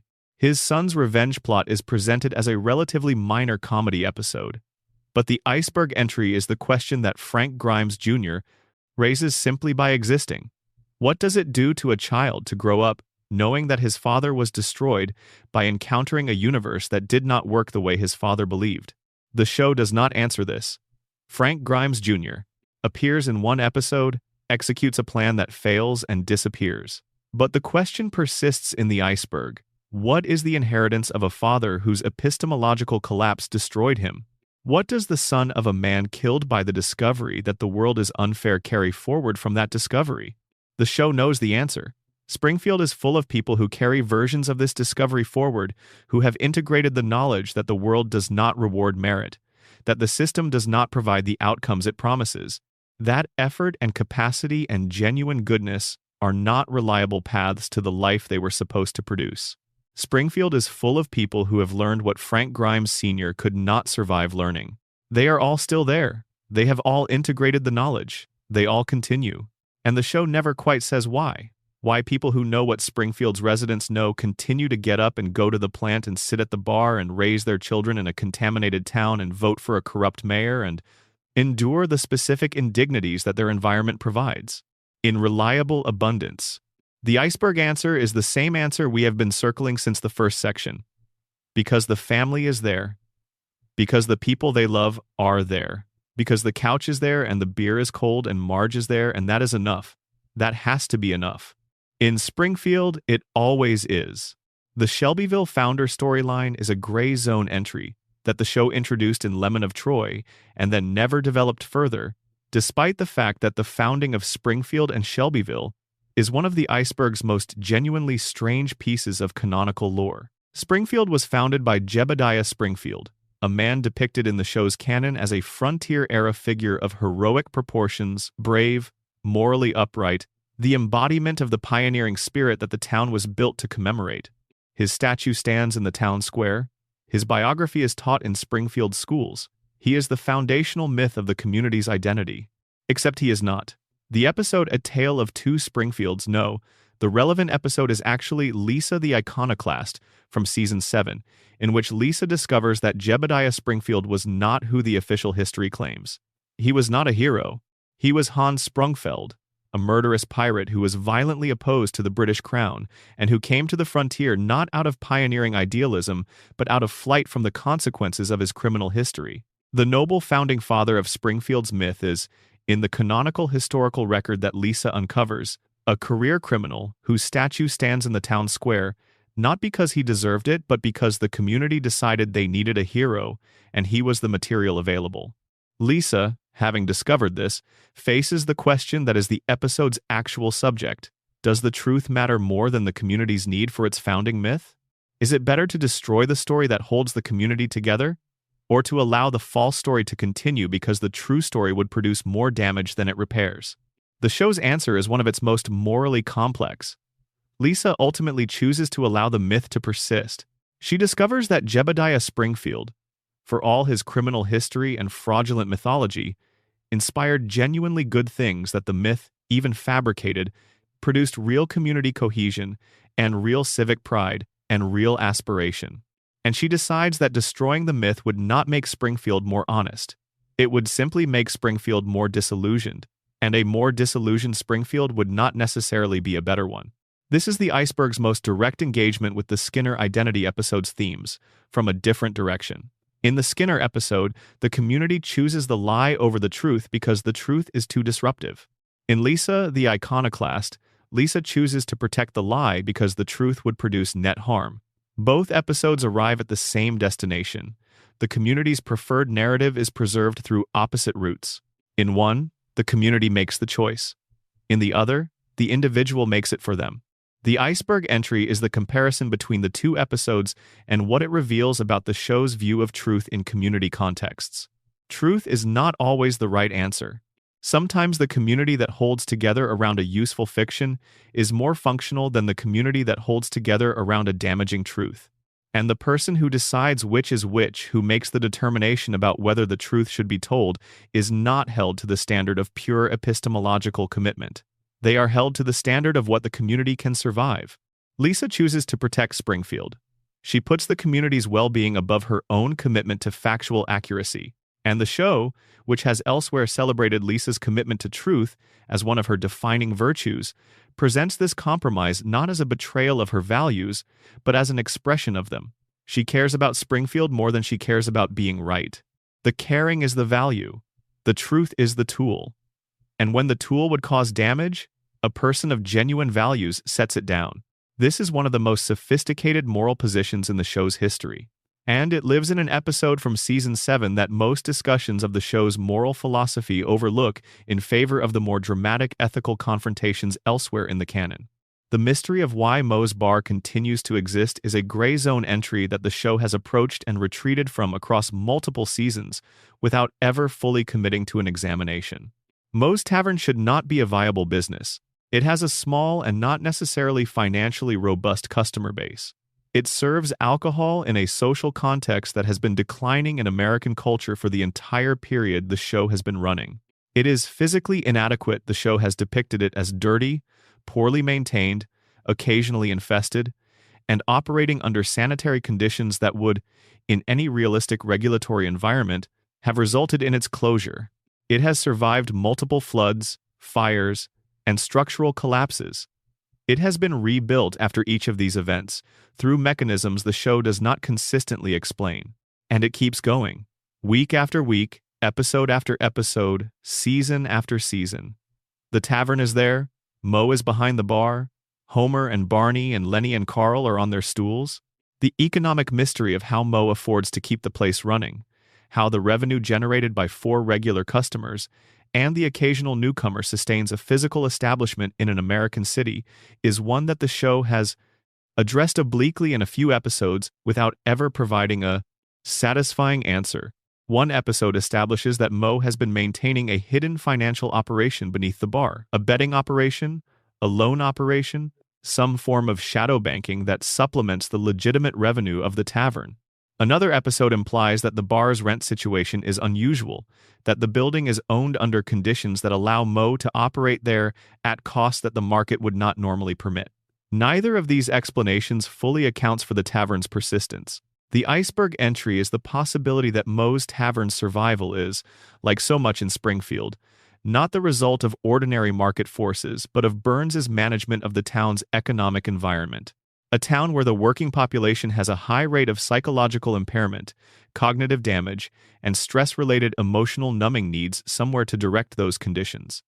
A bar is the traditional answer. A bar that is always available, always accessible, always staffed by someone who will listen without judgment and pour without delay. That bar serves a function in Burns's Springfield that goes beyond ordinary commercial entertainment. Moe's Tavern is Springfield's pressure valve. It is the place where the accumulation of daily life in a contaminated, corrupt, economically dependent company town gets released in quantities small enough not to produce political agitation. Homer drinks and goes home. Barney drinks and goes back to his life. Lenny and Carl drink and go back to the plant. The anger, the despair, the specific frustration of living in Springfield's impossible conditions gets processed through the bottom of a glass and converted into tomorrow's tolerance. If Burns understands this, and Burns understands everything about the management of his population, then Moe's Tavern is not simply a bar that has somehow survived the market. It is an institution that serves a function in the management of Springfield's population, and its survival is not accidental. Moe is not just a bartender. He is, without knowing it, one of the pillars of Burns's system. And the gray zone entry is that the show has never quite said this directly, but has provided all the pieces necessary to see it. The question of what the Simpsons house actually represents is a gray zone entry that sounds obvious but opens, on examination, into something the show has been quietly saying for 3 decades. The house at 742 Evergreen Terrace is a 3-bedroom, 1.5-bathroom suburban family home in Springfield. It is moderately maintained. It has a basement and an attic, both of which have served as settings for various plots. It has a backyard. It has a pink color that is sometimes pink and sometimes other colors depending on the episode and the production era. It is, by any reasonable standard of American suburban housing, a modest but adequate family home. It is also, by the standards of Homer's income and the historical trajectory of American housing costs, a home that a nuclear power plant safety inspector earning Homer's salary almost certainly could not afford in contemporary America. This tension between Homer's evident economic modesty and his ability to sustain a mortgage on a suburban family home has been one of the show's implicit acknowledgments of how dramatically American housing economics have shifted since the show premiered. When The Simpsons began, Homer's salary and Homer's house were a plausible combination. A person with a stable working-class income in the late 1980s could reasonably aspire to and achieve the specific version of the American dream that the Simpsons household represents. By the mid-2000s, that combination had become implausible in most American cities. By the early 2020s, it had become a myth. The iceberg entry is that the Simpsons house is increasingly the show's most pointed satirical observation about America, not through anything it says, but through the simple fact of its continued existence. The house remains. Homer's salary remains, and the gap between that combination and what would be required to produce it in contemporary America grows larger with each passing year. The house is the show's documentary of what was lost. Not through any episode that addresses the housing crisis directly, but through the continued presence of a home that represents a version of economic security that the American working class has been systematically losing for the entire period the show has been on the air. Every time Homer opens the front door of 742 Evergreen Terrace, the show is saying something about America that it is not formally saying. It is saying, "This used to be possible." It is saying, "Remember when you could have this?" It is saying, "The family that lives here is the family that America promised to the people it employed at its nuclear plants, and its factories, and its various industrial facilities. And the family is still here, still in the house, still maintaining the promise that the country has been reneging on for 30 years. The house is a monument to a version of America that is becoming historical, and Springfield keeps maintaining it, keeps showing it in the establishing shot, keeps returning Homer to its driveway, because the show has always understood that the house is not just a setting. It is the argument. The question of Springfield's relationship with nature is a gray zone entry that the show has touched on in various episodes without ever fully developing into a sustained examination. Springfield's natural environment has been comprehensively and catastrophically altered by human industry. The river near the power plant contains three-eyed fish and unknown quantities of radioactive and chemical waste. The soil in certain areas of the town has been established as contaminated by the plant's operations. The air quality in Springfield has never been depicted as particularly good, and the episodes in which Springfield's environmental issues have been most directly addressed, including the dome episode and the various plant violation storylines, consistently establish a picture of an ecosystem that has been absorbing industrial harm for decades without ever being allowed to recover. But the show has also, in specific episodes, depicted Springfield's natural environment with a kind of beauty that exists in tension with the contamination narrative. The forests outside Springfield, which appear in multiple episodes, have been shown as substantial and, in certain lights, genuinely lovely. The coastline and the mountains that Springfield improbably borders have been depicted with occasional visual care that suggests the world outside the town's industrial footprint is not entirely ruined. The iceberg entry is the tension between these two pictures, the contaminated Springfield and the beautiful Springfield, and what that tension reveals about the show's relationship with the environment as a theme. Springfield's nature is not simply ruined, it is contested. There are places within and around the town where the contamination is obvious and severe. There are places where the natural world has maintained something that approaches health, or at least something that approaches the appearance of health. And the residents of Springfield interact with both versions of their natural environment without fully integrating the contradiction between them. They fish in the river that contains the three-eyed fish. They camp in the forest that exists in the shadow of the cracked cooling towers. They appreciate the view of the mountains while breathing air that carries the output of the plant's inadequate filtration systems. They inhabit their environment as it is neither the pristine nature they might have wanted, nor the total industrial ruin that the contamination narrative would predict. And they adapt their appreciation and their use of that environment to the specific conditions it actually presents. This is, the iceberg suggests, a portrait of how most people actually relate to environmental degradation, not through categorical rejection of the damaged environment and not through uncritical acceptance of it, but through the specific, practical, psychologically complex relationship of people who live in a place that is being harmed and who love the place anyway, and who manage the contradiction between those two things through selective attention, through compartmentalization, through the specific human capacity for finding beauty in the midst of damage. Springfield's nature is the environment that most of the world's people actually inhabit, not pristine and not destroyed, but in the middle state of gradual damage that is the defining environmental condition of the contemporary era. And the show's relationship with that state, the way it depicts its characters living in it without fully resolving the contradiction it represents, is the show's most honest environmental observation. The iceberg on the show's writers, specifically the question of which writers shaped which entries and how the show's mythology was built collaboratively over decades, is its own separate descent that this video can only gesture toward. The specific gravitational centers of the show's mythology, the entries that have the most internal consistency, the most careful support across multiple episodes, the most evident intentionality are not distributed randomly across the show's 36 seasons.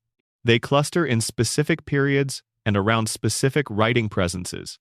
The radiation theory's most carefully supported canonical evidence is concentrated in seasons 2 through 10, the period during which the show was building its core mythology with the most deliberate attention to internal consistency. The coma theory's evidence is similarly concentrated, with the Season 4 coma episode as its fulcrum, and the supporting evidence radiating backward and forward from that central event.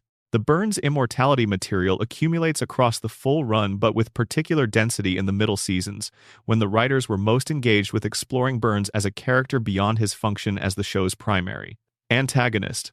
This concentration is the iceberg entry. The mythology is not accidental. It is not the organic product of episodic television that happened, over time, to acquire the appearance of consistency. It is, in significant part, the product of specific writers who were interested in specific questions and who seeded those questions into the episodes they controlled with sufficient care that later writers, working in different periods, could not quite dislodge the foundations without dismantling the show itself. The mythology of Springfield is collaborative and cumulative, but it has specific authors. The radiation theory has people who believed in it enough to make it consistent. The coma theory has canonical support so precise that it suggests at least someone in the writing room was thinking about it seriously, even if no official position was ever taken. The Burns immortality material is too carefully structured to be accidental. Someone built it deliberately, knowing what they were building. The iceberg holds these authors without naming them, because naming them requires a level of production history research that this video has not attempted and should not attempt without the documentation to support the claims. But their presence is detectable in the consistency of the mythology, in the way that the most carefully supported theories draw their evidence from specific clusters of episodes that can be mapped back to specific periods of the show's production history. Someone built the iceberg. Multiple someones over multiple decades. And the fact that the iceberg holds together as well as it does, that the theories are as internally consistent as they are, across a show that was never formally committed to maintaining the continuity they imply, is testament to the quiet intention of people who cared enough about Springfield's world to build something more coherent than the episodic format required. They built it for us to find, or they built it without knowing we would find it. Either way, it is there, and we have been finding it together for as long as the show has been running. Let this be the video's true final entry, because it is the one that ties everything else together. The Simpsons began as a show about a specific version of American life, in a specific cultural moment, animated by a specific set of concerns about what American families were becoming in the late 1980s and early 1990s. It was smart and subversive and genuinely funny in ways that primetime television had not quite managed before. It was a show that earned its audience's intelligence and rewarded careful attention with the specific pleasure of recognizing the truth in what was being depicted. And then it kept going, and going, and going, past the point at which any of its creators expected it to still be running, past the point at which its original cultural moment had become history, past the point at which the version of American life it was depicting had become an object of nostalgia rather than a live observation. The show did not become irrelevant as it aged, even though the conditions that produced it changed dramatically. It became something different from what it started as, not a live observation of a current moment, but a sustained, evolving document of what a specific kind of American life looked like across a specific and historically significant span of time. From the end of the Cold War, through the economic expansion of the 90s, through the catastrophes of the early 2000s, through the social and technological transformations of the 2010s, through the specific convulsions of the 2020s, Springfield absorbed all of it. The characters did not change, but the world around them changed, and the contrast between the unchanging family and the changing world became, over time, the show's most interesting formal quality. The Simpsons is now both a comedy and a historical document. It is both a satire of the present and an archive of the past. It is both the show it started as and the accumulation of everything it has become in 36 years of running. And the iceberg, the theories and the implications and the buried storylines and the canonical evidence that this video has spent hours exploring, is not separate from the show. It is the show.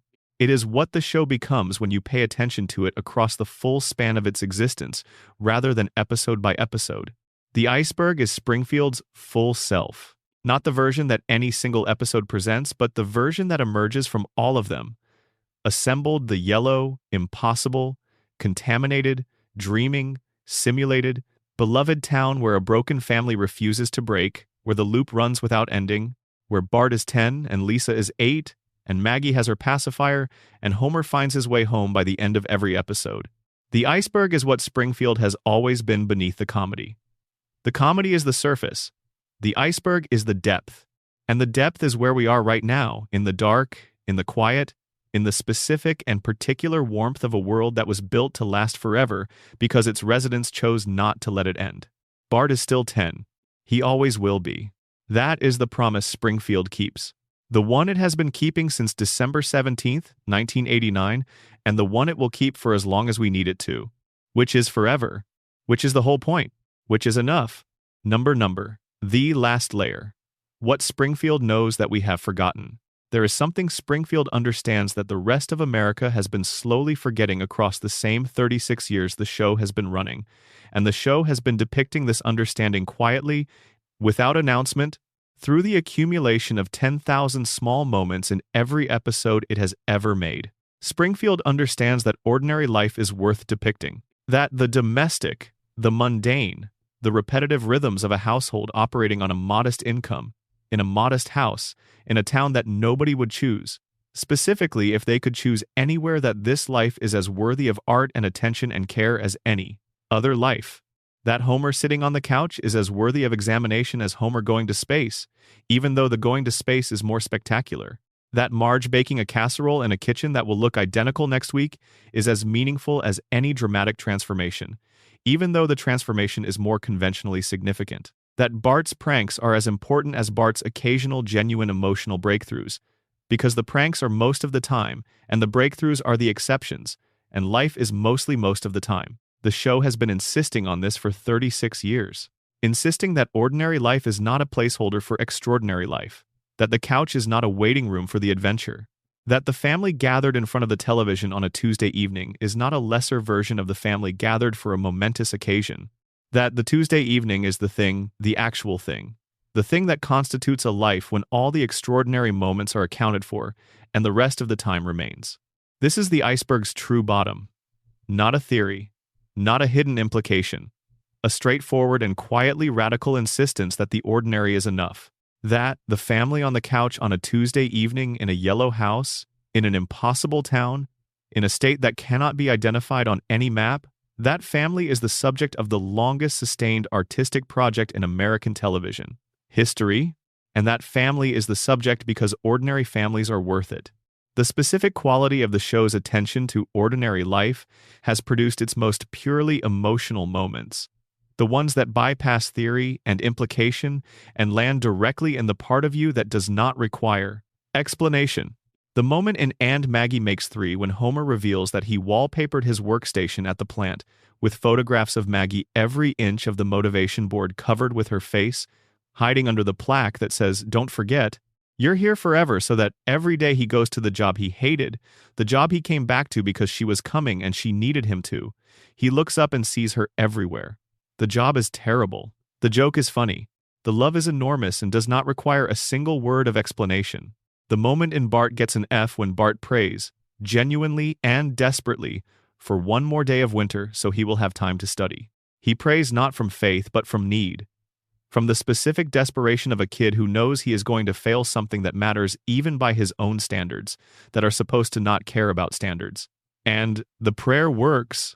The snow comes, and Bart, looking out the window at the snow that arrived because he asked, bursts into tears.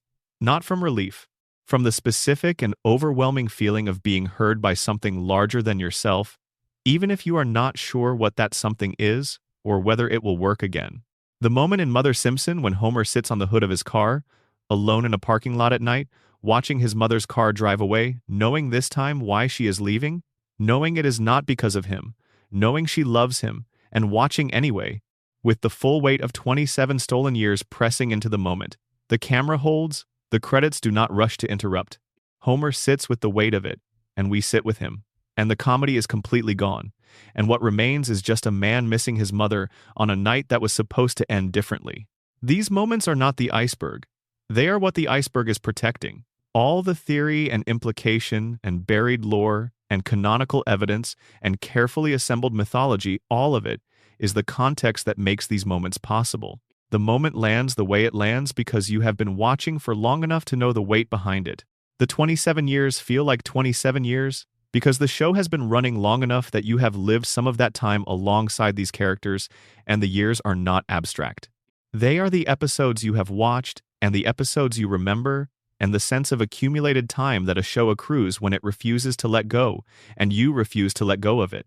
The iceberg holds one final entry that we have been circling without stating, and it is time to state it. The Simpsons is, in the end, a show about the passage of time, about what it means to live inside time, to be moved by it, to watch the things you love change and end, and be replaced by new things that are also loved but differently. About the specific grief of not being able to hold the present, the specific joy of finding that some things persist anyway, the specific wonder of a family that has been exactly themselves for 36 years while the world moved around them. The floating timeline, which we discussed at the show's surface and have been returning to throughout this entire descent, is the show's primary formal choice, and it is a choice that has everything to do with time. It is the choice to not let time move, to hold the present, to insist that these specific people, at these specific ages in this specific configuration, are worth preserving against the inevitability of change.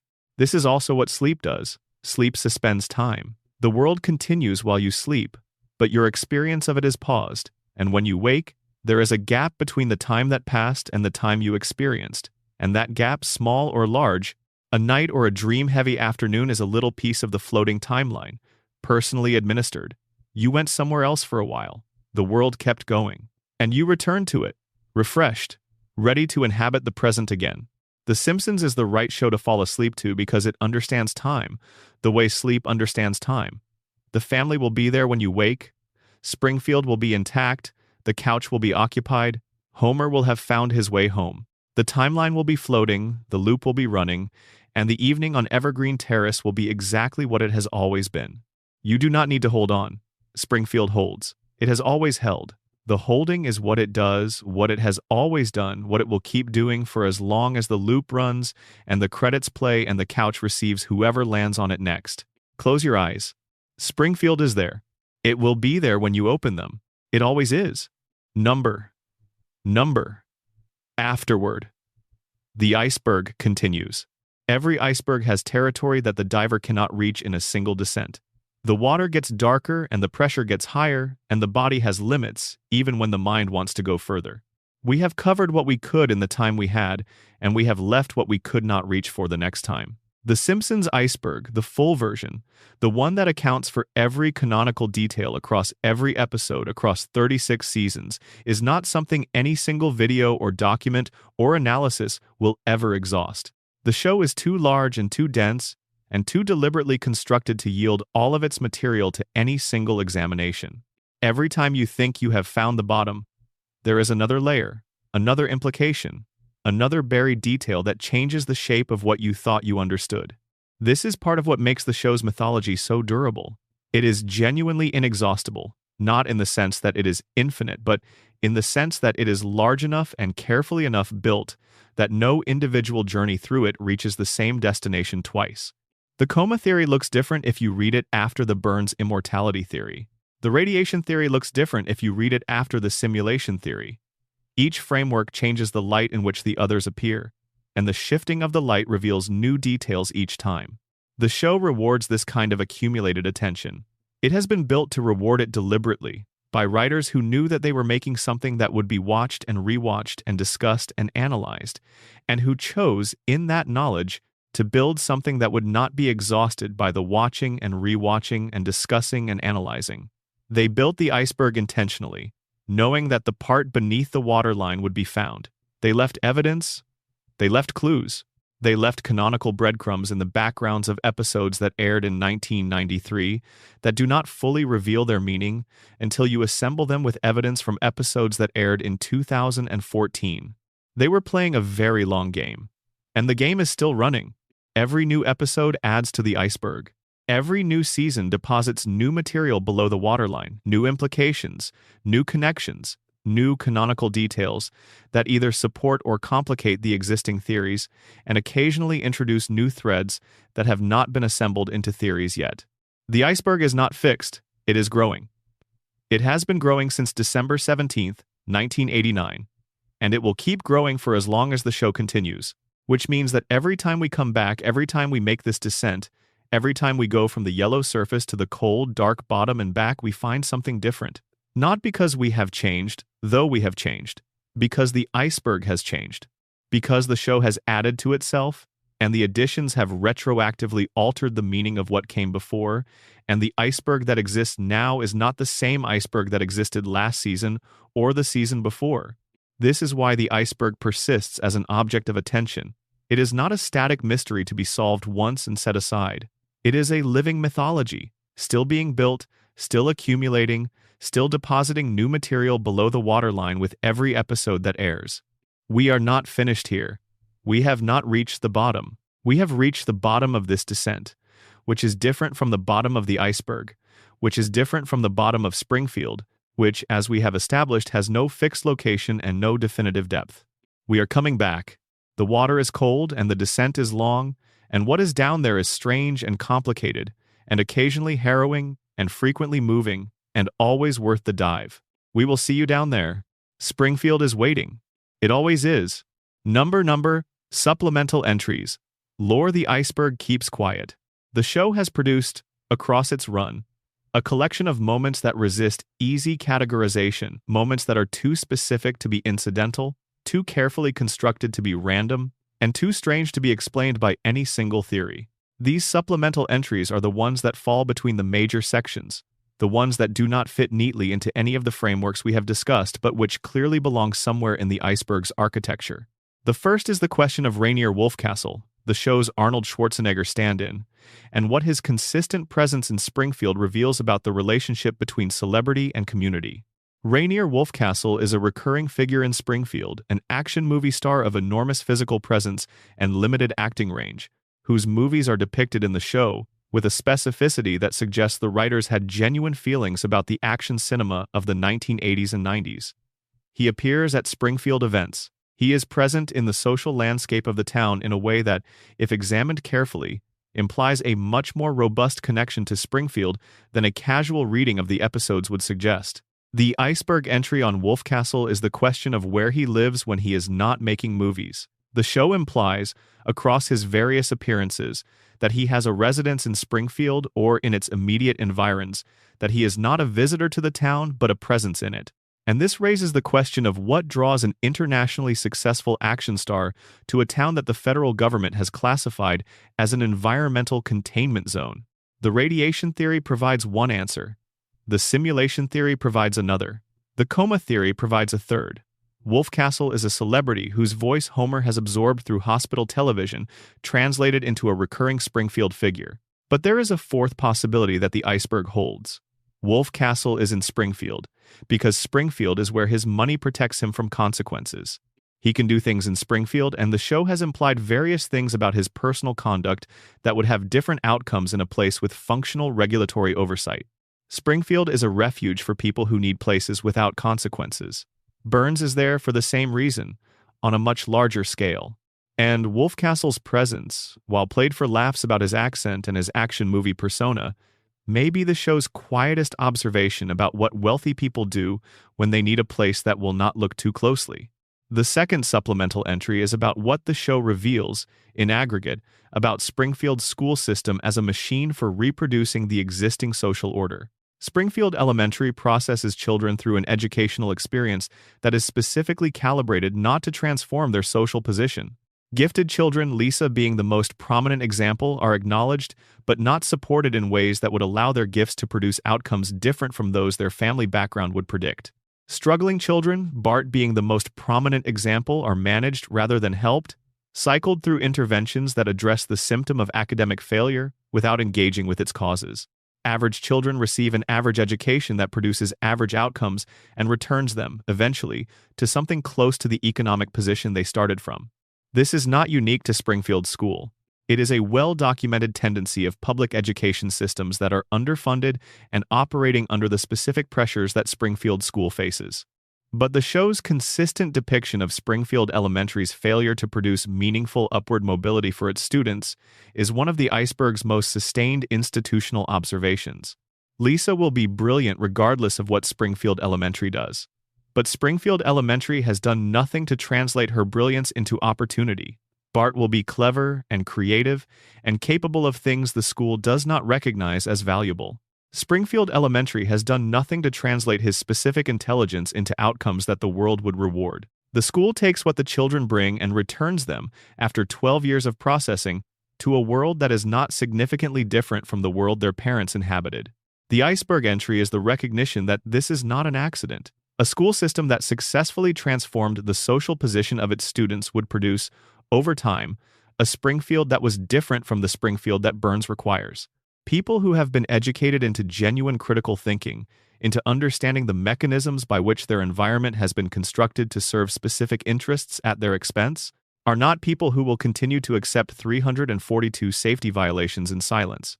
They are not people who will continue to drink the three-eyed fish's water without asking questions.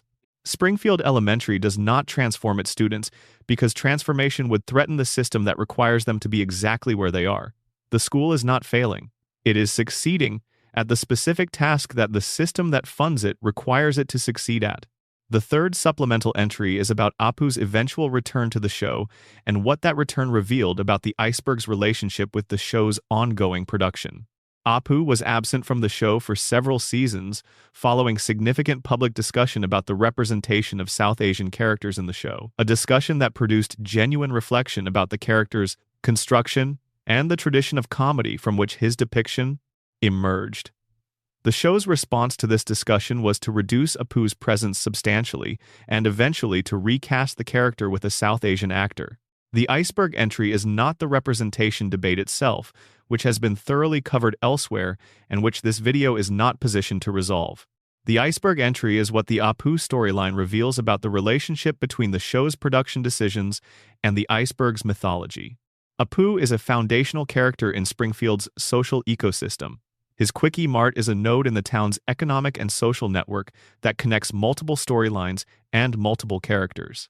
His family, his wife Manjula, his octuplet children are part of Springfield's demographic texture. His relationships with Homer and Bart and Marge are part of the fabric of the show's community. His reduced presence is a hole in that fabric. Not a critical one, the show continues without him having the screen time he once had, but a detectable one. The Quickie Mart is still there, the robberies still happen. But something in the social texture of Springfield has shifted, and the shift is visible if you have been paying attention long enough to know what the texture used to feel like. The show's mythology is not static. The iceberg itself is not static. It is altered by production decisions, by cultural conversations, by the passage of time and the changing of the people who make the show and the changing of the people who watch it. The iceberg of 2025 is not the same iceberg as the iceberg of 2005, even though the show it describes is nominally continuous. This is its own kind of floating timeline. The show floats in its internal timeline. The iceberg floats in the cultural timeline of which the show is a part. Both are changing without appearing to change. Both are moving beneath a surface that looks still. The final supplemental entry is the simplest and the most complete. It is the observation that every entry in this iceberg, from the radiation theory to the simulation theory to the thematic observations about the show's depiction of American economic life, is ultimately in service of the same understanding. Springfield is real. Not in the literal sense it is a cartoon, a fictional place, a construct of animation and writing and voice performance. But it is real in the sense that it depicts something true about the world it was made in and the people it was made for. The yellow skin and the four fingers and the three-eyed fish, and the cracked cooling towers and the ancient billionaire in his tower and the safety inspector asleep at his desk, all of it is real in the sense that all good fiction is real. It is the truth, dressed in the specific clothing of a prime-time animated comedy. The iceberg is simply the truth, undressed. It is what the comedy is pointing at when the comedy is not looking. It is what remains when you strip away the jokes and the gags and the celebrity appearances and the couch gags and the treehouse episodes and the floating timeline and the geographic impossibility. What remains when you have stripped all of that away is a family, damaged and persistent and yellow, trying to make it work in a world that has not made it easy and making it work anyway. That is real. That is the whole reel of the show. The iceberg is just the depth of that reel, the accumulated evidence of how carefully the show has been depicting it for 36 years. We have been in the water for a long time. The descent is complete. The surface is far above us now, and the light is different up there, and it will feel different when we break through into it. But we have been down here together, and what we found was worth the dive. Sleep well. The iceberg will be here. Springfield will be here. It always is.